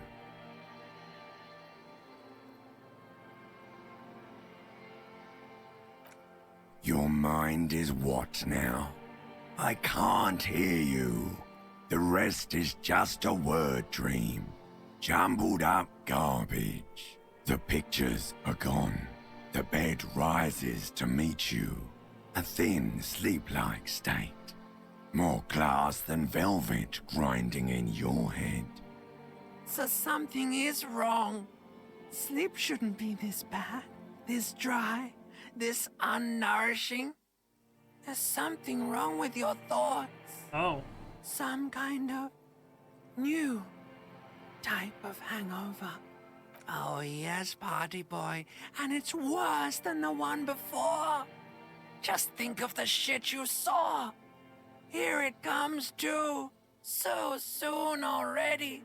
A silent alarm goes off in your head like clockwork, barely let you sleep at all. Time to get those clothes on, Harry.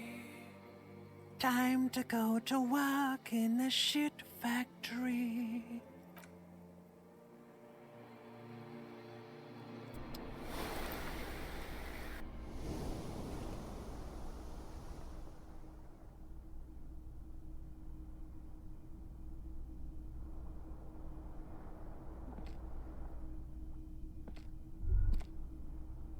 Good going, buddy.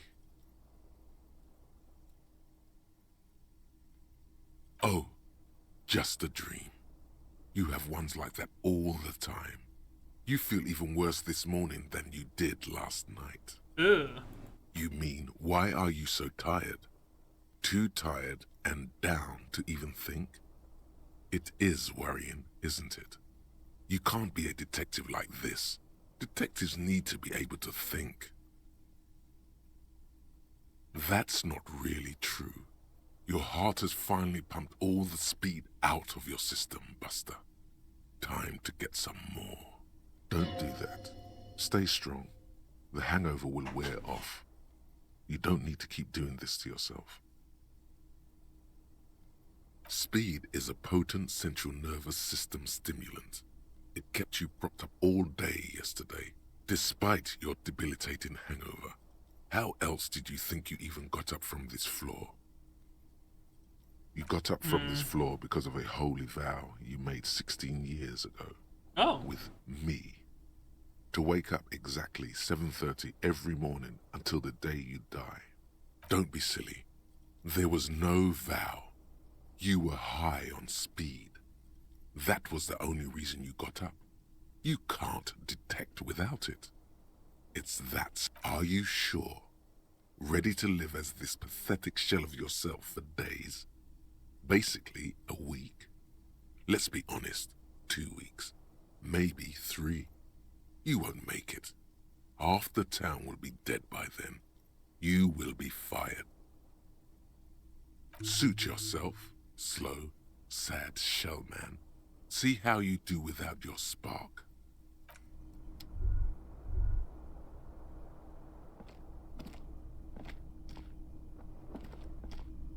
The window stands broken in its frame. Cold wind blows in. The shards face outward. Whatever broke this window came from the inside. A fine web of scarring covers the back of your right hand, but none of it is recent. More likely a projectile than a held object. There are no fragments on the floor from pulling a tool back in after impact. It is too large for a bullet, yet too small for a piece of furniture. You're looking for something heavy and larger than your fist. The shoe you found on the balcony fits the hole almost as well as your foot. It would have also been heavy enough if thrown with force. Congratulations, you smashed the window with your own shoe, pretty much. But hey, at least you found your shoe. Not that it will keep you warm at night. Brr.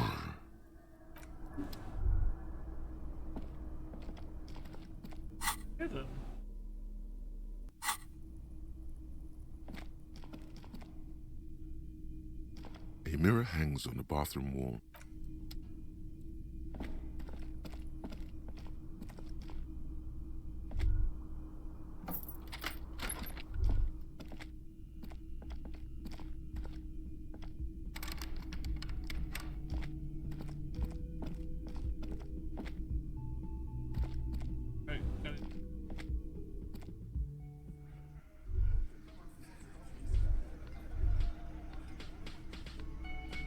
Oh, this is all new.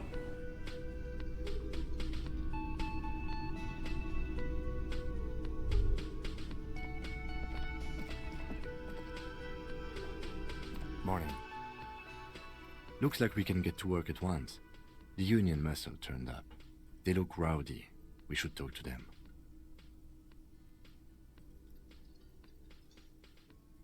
I completely forgot. Sorry, I had a rough night's sleep. It's them by the looks of it. Loud and nasty, just like the manager said. One loose thread less to worry about, and one big problem to replace it. I mean ungovernable. Martinez isn't exactly enthusiastic about the RCM being here. They prefer to be policed by the union. These men here, men who drink beer for breakfast, there's talk of an armed wing of the union called the Hardy Boys, who are responsible for state policing. I think it's them. Okay. A lot of things point to the dock workers' union. The circumstances in Martinez, my preliminary information. Actually, that's not a lot of things. We should have dug up more yesterday. Still, we need to talk to them, and it won't be easy. one more thing before we do. We don't have to talk to them immediately. We can walk right past them, continue with our business. Good. A power move. Purposefully concentrate on something else first. But aren't you curious to know what they have to say about the murder? They're in no hurry to leave. They think they own the place. Anyway, I leave that choice to you.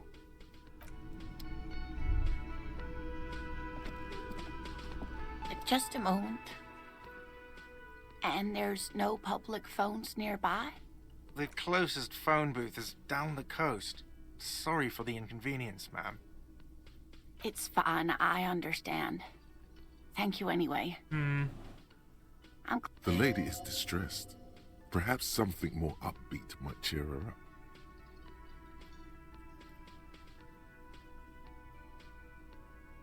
Please don't trouble yourself about me, sweetie. I was just hoping to make a call, but the Whirling's phone line isn't working. The union office probably has a phone, but I can't really get there. Or to the phone booth down the coast. And Gary's phone is dead too. The manager was vague about it.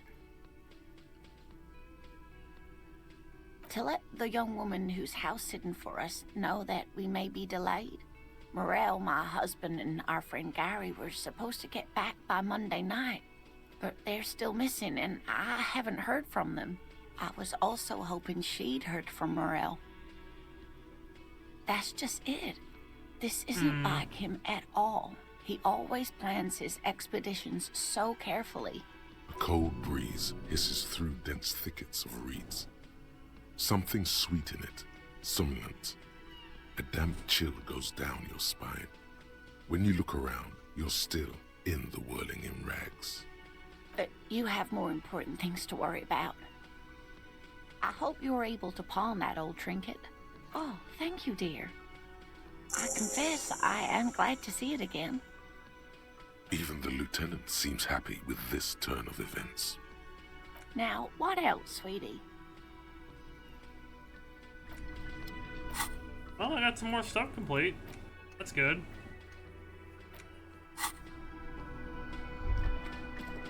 Can I help you? Got the 20 real?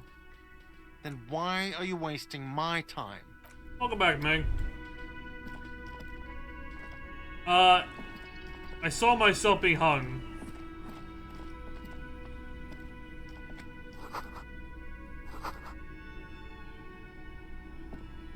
The man ponders his cooking utensil. Yo, me too. Yeah, I feel that. Let me handle this. Detective disorientated. Are you still wondering where you are? This is Martinez, in case you've forgotten. I advise you not to overstay your welcome. Yes, extremely normal. I'm not a gardener, by the way. I'm a legal counselor for the Dock Workers Union. Oh. So let's get to it. You're looking for Titus Hardy? You think he has information that will help you? Maybe he does. That's Titus. Talk to him. But know this. I'll be keeping an eye on you. No strong arming. Nothing official. The District of Martinez does not recognize your authority to make arrests. It doesn't matter if you recognize our authority. We will make an arrest, if we have to. She says nothing. Her glare speaks for her. What you want is of no significance, officer. Don't test your authority. Aggressive, you make your living enforcing violence. These people are just dock workers. Yeah, dock. So you were spying on us, and now you represent murder suspects. Just dock workers. Listen, you moral intern lackeys. You're a mob, enforcing the unlawful privatization of Revachol. 20 fat men in the Occident are stealing it all, and you're their bodyguards. Fuck yeah. So ask what you came to ask, or get back to your commanders.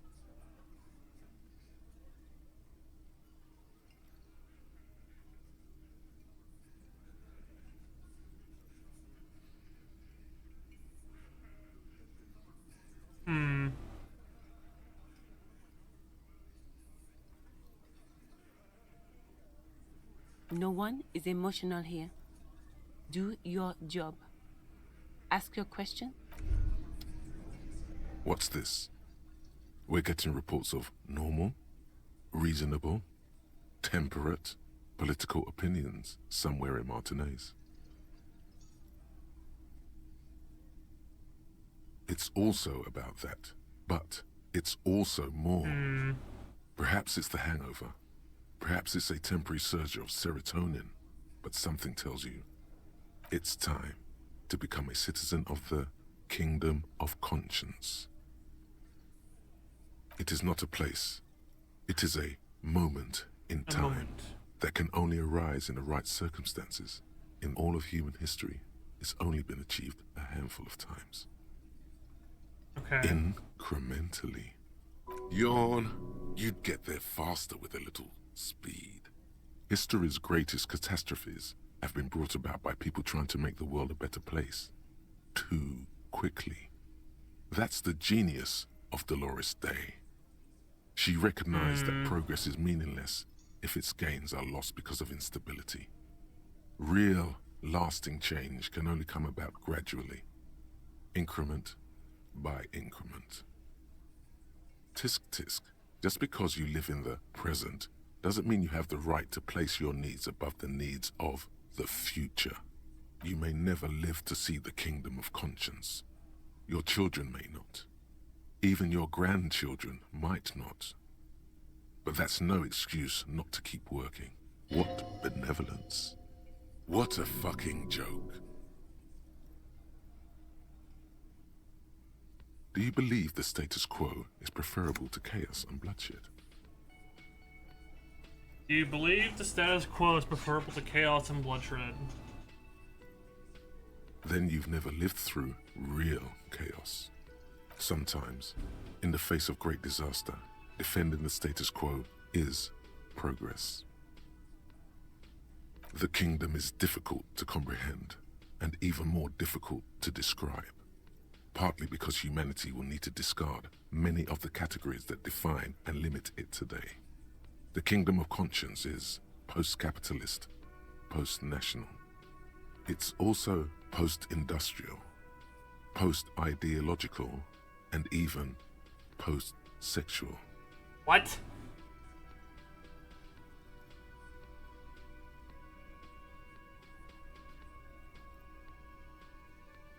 Yeah, I still want to live in the present, though. What you want is immaterial.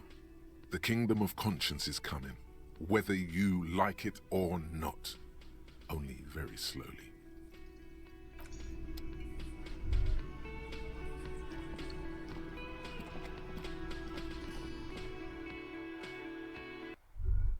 Bruh. Exactly, the post-sexual thing, I'm like, huh? That's a huh moment. Are you still throwing rocks at that fucking corpse?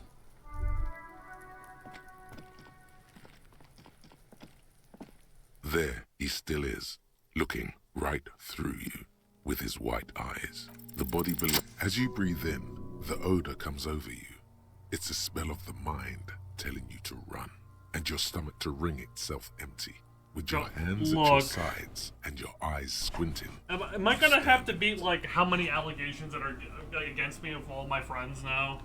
Like, I swear to God, I'm gonna be in a trial one day amongst all my fucking peers about all the stuff I say I don't do. It's gonna be a hell of a turnover. And entertainment. They do after 7 days, yes. We are deep in decomposition here. The man before you is naked, but for a pair of underpants and enamel boots. His skin is greenish, marbled with decaying veins, and blotched by lividity. The material appears to be ceramic. Its clean white stands in stark contrast to the decaying flesh above the knee. The man wore thick polymer socks, probably for padding. A fine array of interlocking plates covers them. Delicate and fragile, they feel alien to the world around you, out of place somehow. These are clearly not boots. They're armor, possibly part of a larger set. Indeed. Hmm. Technically speaking, these are sabatons, not boots. Ceramic plate. Zirconium dioxide, most likely. This is where the make would be. Under the heel. Fair weather. Fair weather model T500 VE. I'm guessing that's vitreous enamel. This is advanced stuff. Piece by piece. He's been out here for 7 days. It would be odd if they didn't. We should keep a lookout for these species. The armor could yield information. This is one thing he might actually know.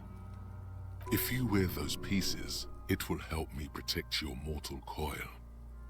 Yes, bullets will fly. They always do. And the coil is fleshy and mush and permeable. Cast it in ceramic shell. Resist death. No, I think he had something precious underneath the clothes. They had to remove the jeans and shirts we found to get to it. And this kind of armor is often worn under fabrics.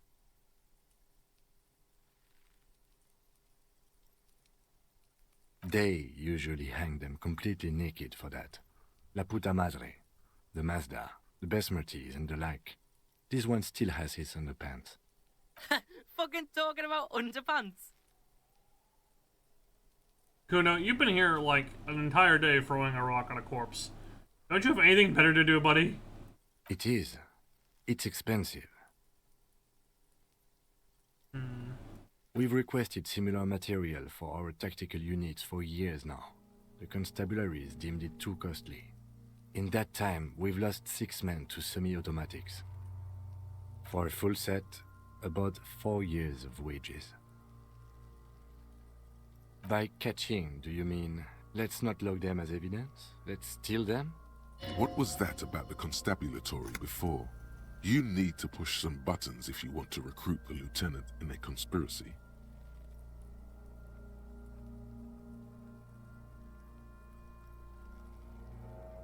Of course. That's for us to find out. My initial report on the area suggests he was a security guard for the harbor company. But that's just hearsay. I agree. This equipment is way beyond what a guard can afford.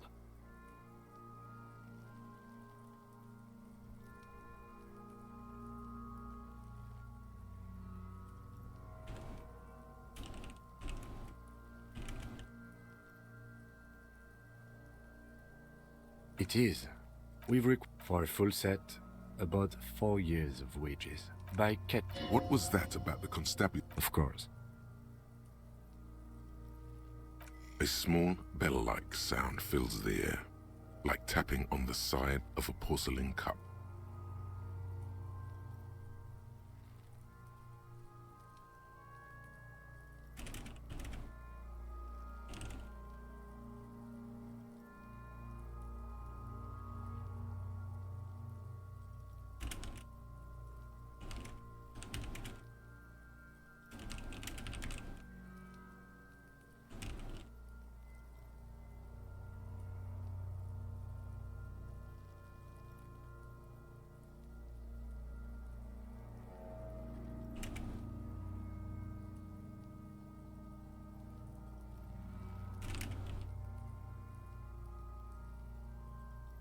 Suddenly, your biceps coil up. Your elbow is sharp and cocked for a punch. Your fist connects to the boot with the same ding. The sound... Did you hear that? A click? This is a kinetic redistributor. It spreads the incoming energy horizontally, from plate to plate.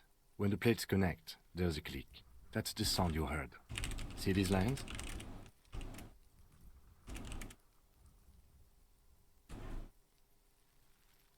Faint, organic lines cover the plates where they separate into smaller ones. These plates then divide into smaller plates until there are hundreds of them altogether. 500 kinetic plates. Like the scales of some ancient white monster, cracked and pearly. Pull off the boot. This feels dangerous. Are you sure? The stench fills your nostrils. As you push downward, an ominous creaking sound comes from above. Stop! Pig's gonna pull his head off. Brutal! You're about to pull his head off. Do it, Homo!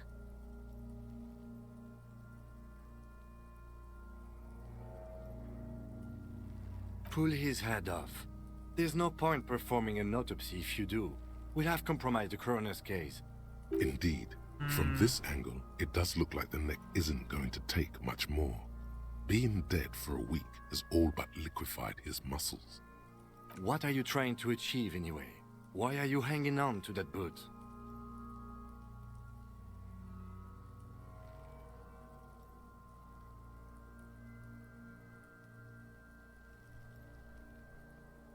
Welcome back from out hell.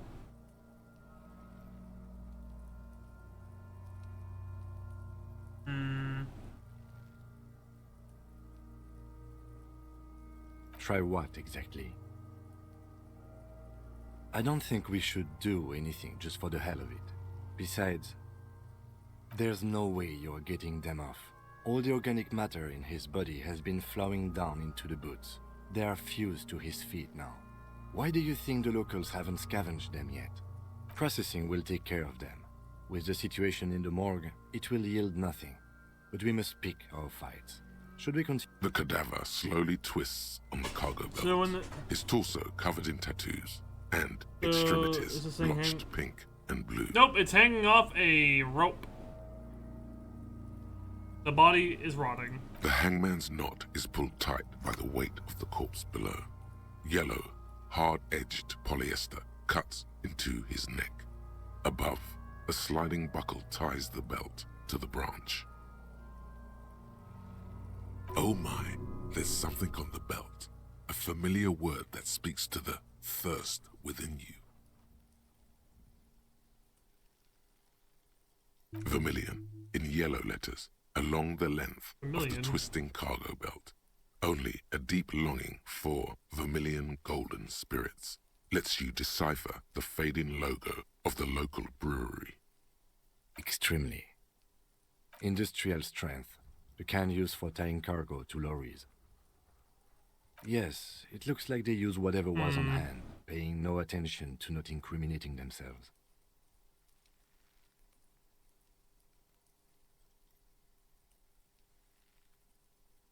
I'm still approaching this as a lynching, yes, motivated by the ongoing strike. You?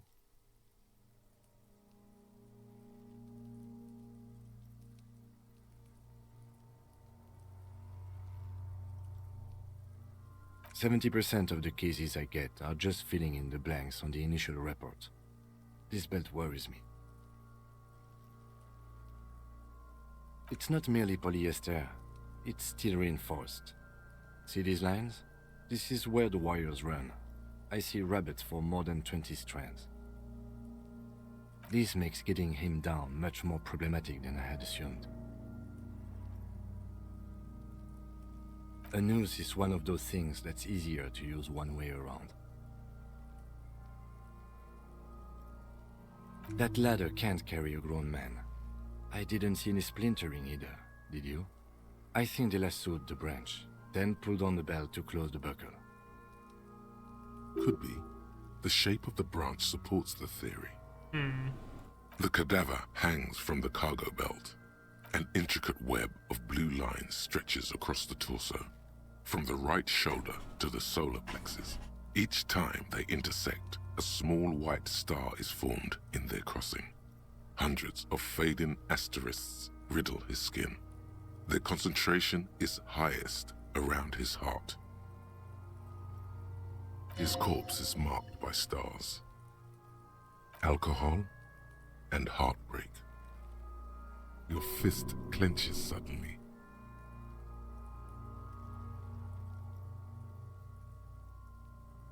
Decay is creeping on the tattoo.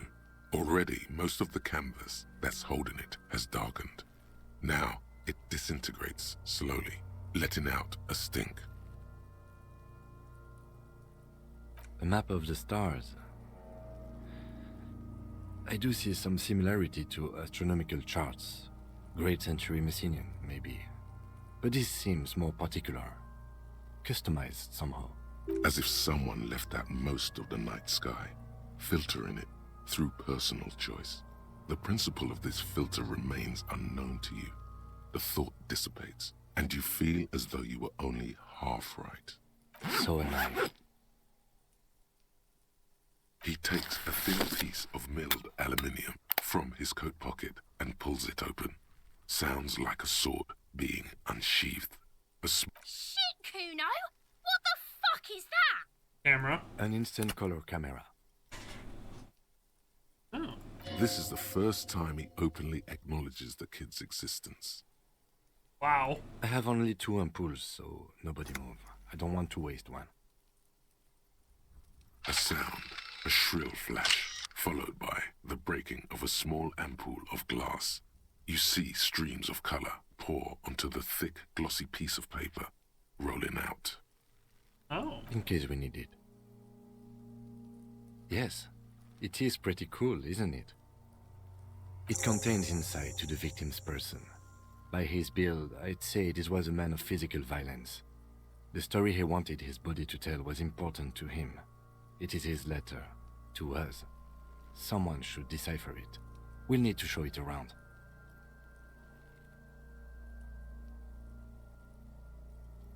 Sure, just don't lose it.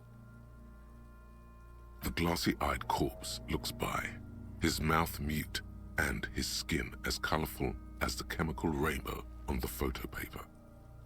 His eyes are milky white and blind to the world, protruding comically from their sockets. There is no one home, just subaquatic terrors there. Dark brown hair grows on his head. His face is ready to explode from the organic processes inside. The death's head grin has passed. What remains is an unrecognizable mess. I'm gone. I'm a joke. Look at me.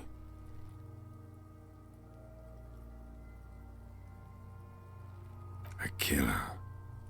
A motherfucker. And a killer. Takes one to know one. Go ahead, Coppo. Into the wild pale yonder. In the park. Trippy. Way out in the west. What do you mean? It's the power of your imagination. Go ahead. Ask me more questions. Because you're a copperoonie. Look at all of them go. Do you want more questions? Coming right up, copperoonie Rooney. This is getting upbeat now.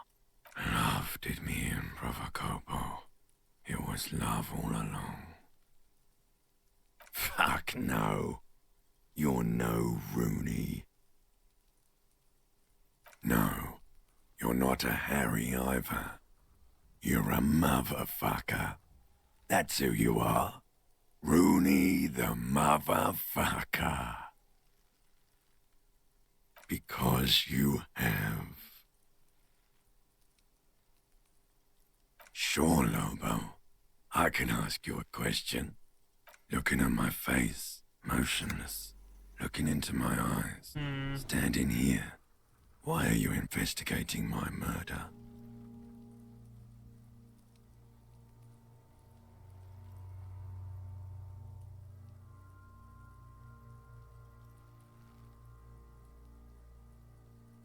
You're a lying sack of shit, Coppo. You're doing this because there is nothing else to do. Everything else is over. It's just me now. Come back later, Coppo. Amuse yourself with my frank manners and my memento mori features. If possible, also see me in your dreams. As you narrow your eyes, the monster before you blurs into a violent mess of green and pink. This is a trick. You've done it before. Pink is where the blood settled in the first hours post-mortem. You can use it to see if the corpse has been tampered with. Does his position at the time of death match the discoloration? Only the lower extremities are pink with a dash of blue. His fatted hands, thighs, and his neck, just above the noose. The rest of the corpse appears dark green in the cold spring air. I see it. His neck too. The lividity goes right up his chin. We have good, well-pronounced discoloration here. The monster comes back into focus, an explosion of color, coursing with dark marbled veins. His stomach appears pregnant with something. Black liquid streams down his thigh and onto his boot. So, what do you think?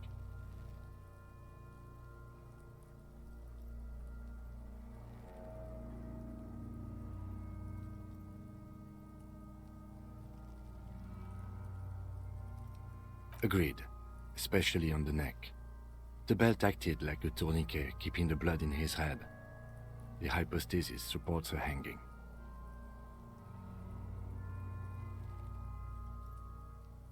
Everything here seems to corroborate that assumption, but we should still get him down before assigning a probable cause of death. I agree. There are crow's feet in his eyes. He's laughing silently. Totally dead.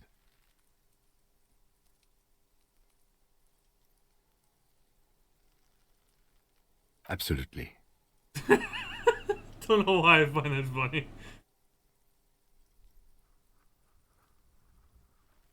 A pool of blood and feces has eaten into the frozen mud below the man's feet.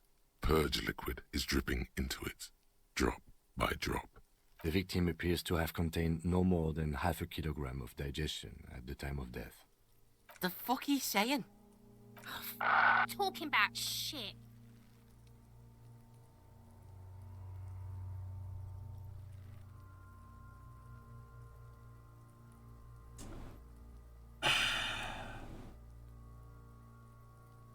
Okay, chat.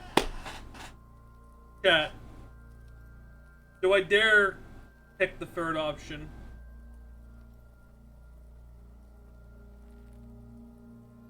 The temptation is there.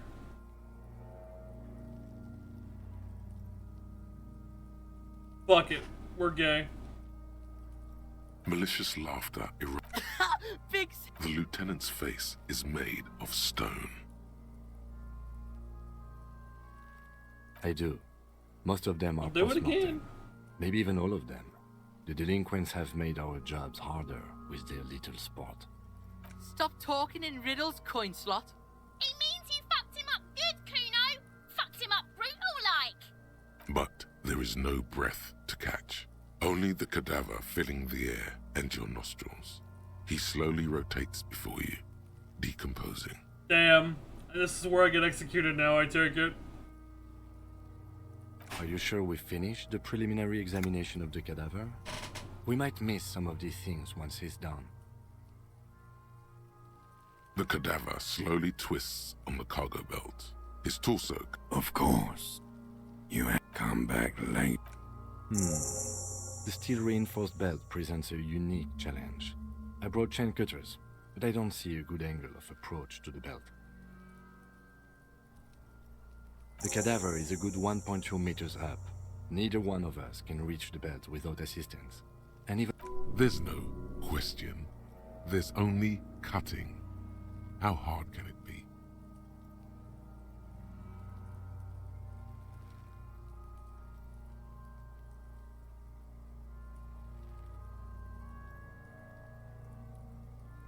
I don't doubt your physical prowess, officer, but that's aircraft-strength material, and we do not have a secure platform to perform the procedure on.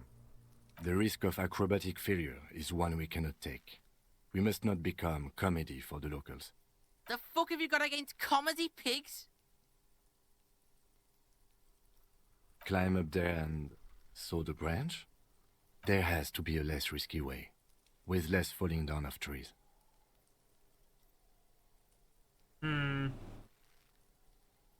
Someone else? You mean like the police? Someone already did. You know who came? We did. Because we have made bad life decisions. I had to pick that. I know it's hard, but I assure you, the others won't come to help us. And we have a growing sanitary concern here. We need to get him down, fast.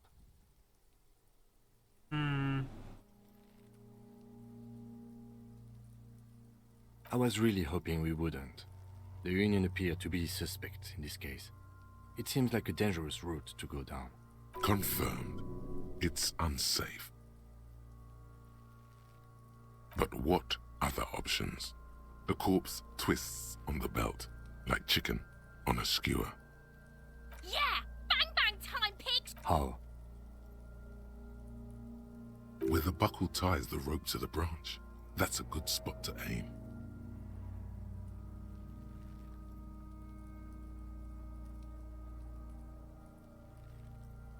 Where?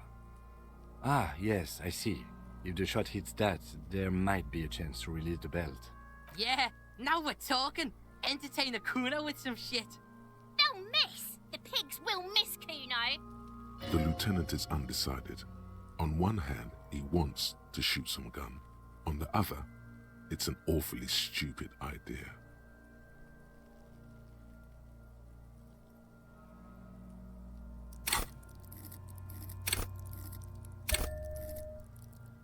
Over hand-eye coordination.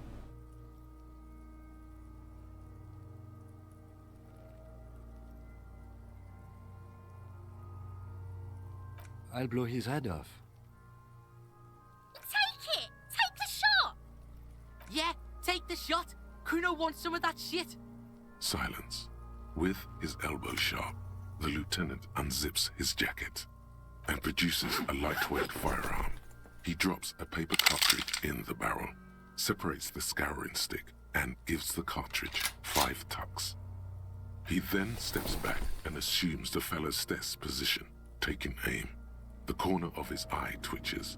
His finger is on the trigger. He's gonna fucking miss! The kid's voice is drowned in a shrill blast that echoes off the walls of the surrounding tenements. A cloud of smoke slowly parts in the air as the lieutenant steps back and says to himself, God damn it. Oh my God. That was so many types of wrong. Who taught Four Eyes to shoot? Whip up a grueling training regimen for him right now. Beat the man into him. Go, go, go. Fucking idiot! Mookabat asshole! Kuno could have hit it easy, but then Kuno's not fucking handicapped, is he? Kuno's sorry too. Kuno feels sorry for the Beano Clad. The lieutenant doesn't say a word. Just look. No, we are lucky as it is. We didn't break anything, and the victim remains uncompromised. Any more mistakes could put us in an unfortunate position with the locals. We have eyes on us. I didn't do us any favors with that. I have to say, it's beginning to look unlikely we can get him down without assistance. Take his gun and show him how to use it. It's bad as it is. Us shooting firearms like punks. Go ahead, I'm not stopping you. Just don't lose it. They only have one gun! This is the sorriest pair of pigs Kuno's ever seen. I'm about to blow. Yeah, take it, you fucking banana boyka! Take it and shoot yourself in the mouth! The cold piece of bakelite and gunmetal is surprisingly light. Your fingers fit right through the guard, instinctively resting on the trigger. The fuck are you waiting for, Kuno? Tell him to shoot himself in the mouth! Kuno is silent. Aggression gathers in the air. The trigger feels delicate and ready to break under your finger. The buckle comes into focus in your sights. You stand with your feet planted firmly in the ground and your left hand supporting your gun arm. Why don't don't you just shoot yourself in your mouth? At least you won't miss.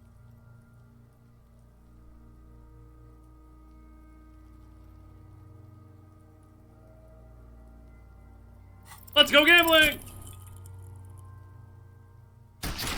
Oh.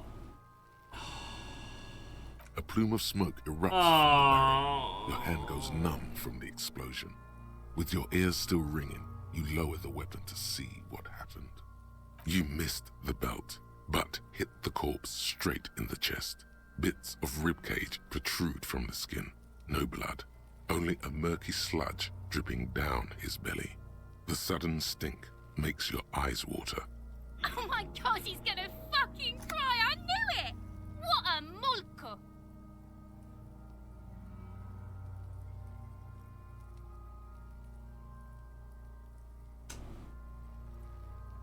The armistice is sufficiently precise, officer, especially at close range. It's not the gun's fault you can't shoot. It's your pig hands. Pigs don't have hands. They have, like, fucking hooves or something. Kuno has hands. Kuno can shoot that shit down for you. That's preposterous! What are you, a fucking earl? We still need to get him down, somehow. The bad way. The way I didn't want us to. By asking the harbor for help. They have the tools and the men. If they put him up there, they can take him down too. To ask the suspects for help with the victim's body? To be indebted to Evrard Clare? Very much, yes. Which is why I would have preferred us to accomplish this feat ourselves. Clearly we can't. Suck my dick, bitches! Hooray for us. Work was that bad?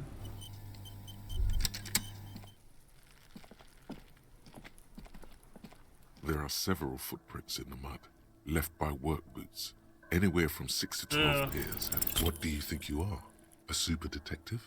You're hungover. These are just dents in the mud. No pattern. Heavy worker's boots with reinforced toes and hobnails. Isn't this something an industrial worker would wear? Noted. Man, I've damaged my morale.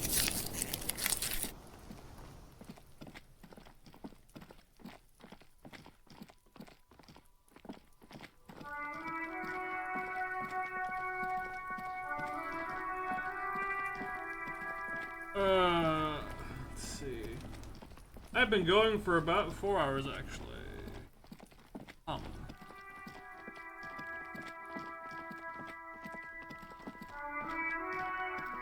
Oh, that's not good, Chris. Don't do that.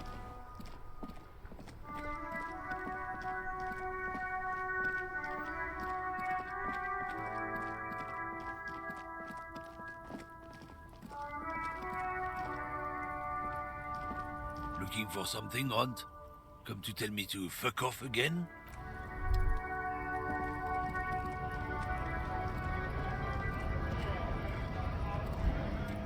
Right to work!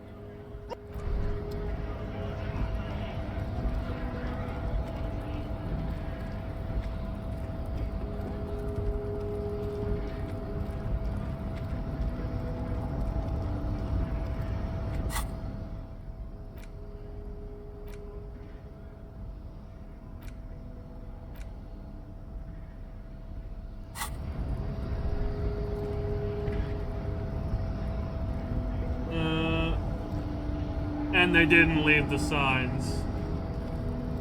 Your race descent has temporarily halted, but you will fall again. I am not the first line of defense. I am the last. In addition, these so-called Hardy Boys are an effeminate clique of bodybuilders. Their company is spiritually degrading. The Hardy manlets are on the pay of smash the your head. company. Yeah. I answer This for you, to Chris. the union alone, and I do this out of race heroism. Finance is an alien concept to the Simonees.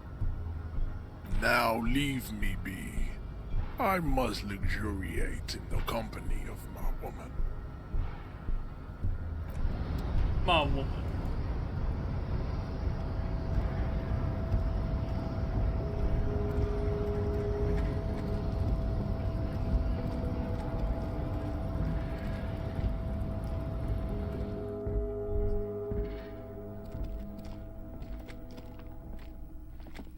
Yes?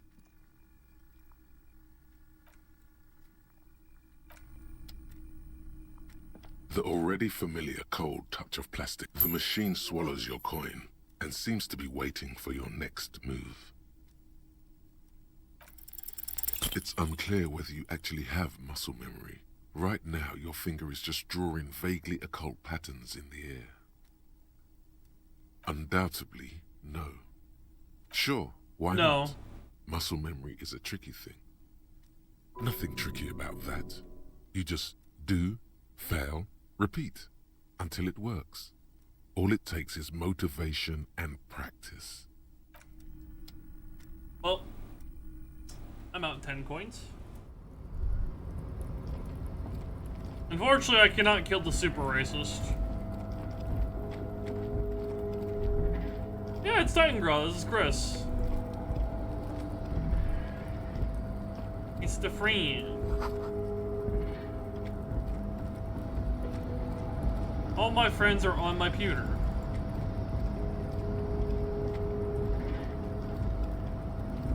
You're back before the cargo container.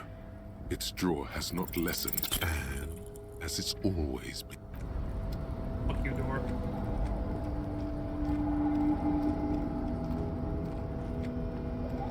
Certified yapper moment.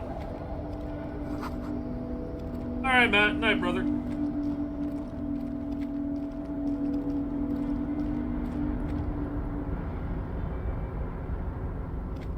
Oh, hey, mister. I knew you'd be back to talk with old Leo here. Sure, mister. Absolutely. I'm always willing to help out nice fellows such as yourself. Oh, that one. Told you.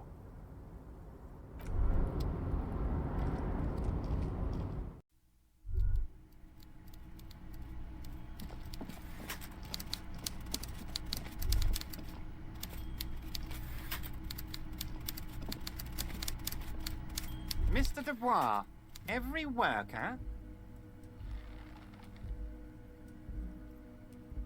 That's right, Mr. Dubois. I see the socialist democratic fervor now burns in your heart, too. How can I help you today? You might have noticed there's one hanging on a tree behind the hostel cafeteria. Oh my. Bro Don't won't talk to take me this about question work personally, in DMs. But why would I Shake get my involved head. in this matter?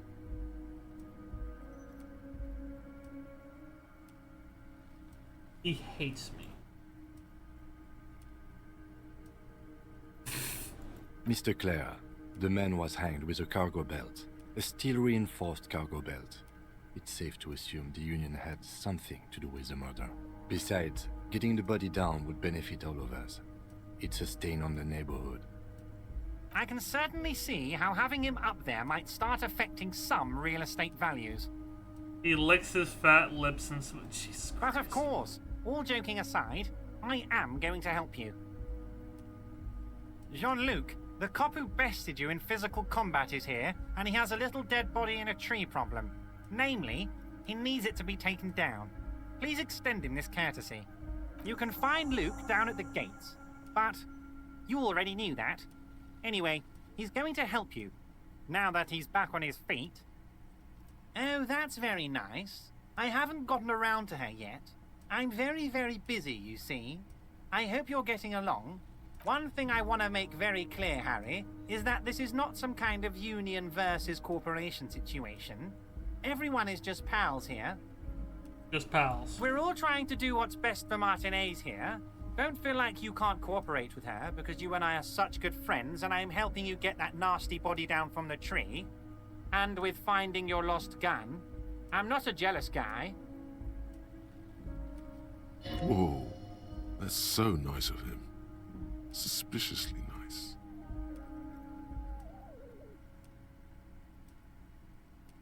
What do you mean, Harry? Nothing. I let him go. He's an old man, Harry. I wanted him to spend more time with his family. God knows how long he's got left.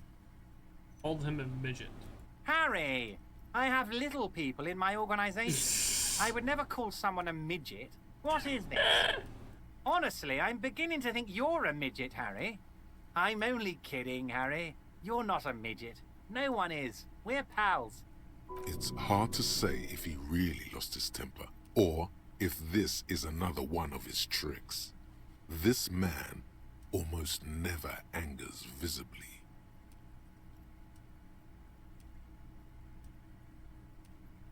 It's perfectly okay. Even if you've told her everything we've talked about, it's absolutely fine. I'm just a nice guy, Harry. I wouldn't be where I am now if I wasn't nice. Fucking smiling friends. Politics is all about emotions, and I want you to have positive emotions when you think of me. Okay then, positive emotions it is. You like positive emotions. If she actually wants to see me, she will find a way. Any good negotiator would. And I just don't have anything to discuss with a bad negotiator. He doesn't want to see her. It's as simple as that. Of course, Harry. Let me just assure you one more time. It's perfectly okay to share anything we discuss here with this Joyce. This is a completely transparent organization. Okay. I have no interest in what she is doing, but I myself have nothing to hide. Your business is your business, and I respect your privacy. Just remember, none of this is secret. Tell her about all of it. My brother's picture, my singing swordfish clock. Tell her how overweight I am and how I'm helping you find your lost gum. Tell her about everything. Everett doesn't mind. This is weird. Not nice weird, but okay. What? Harry, how could you say that to me? You know I appreciate a joke as much as any Johnny Fat Guy, but I can't take slander. Are you actually investigating this? You've hurt me, Harry. Me, a friend. But you know what? And gets over it in 2 seconds. Seems like it didn't really hurt him. I trust you, like I trust all my friends. And I know you'll never talk to me about this again, because you don't want to wound me. So do what you want, and let's change the subject. Thank you for your understanding. We will continue to do what we must. You too, Lieutenant. You know, I like you, but you never were my favorite. I'm a Harry guy. I'm Team Harry. Sounds like a smiling friend's character. None taken. Do we have anything else to do here, Harry? See you soon, Debardeur. Just kidding, but not too much.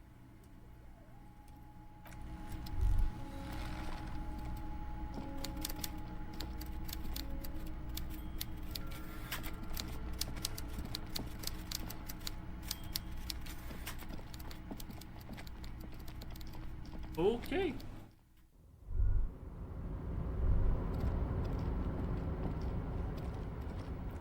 Be honest. I think I'm gonna stop there. I've been going for about 4 hours actually. And I still want to do some stuff from WoW. Oh my god. Not bad progress. I said progress instead of progress. Jesus fucking Christ. The brain rot is real. I will probably not be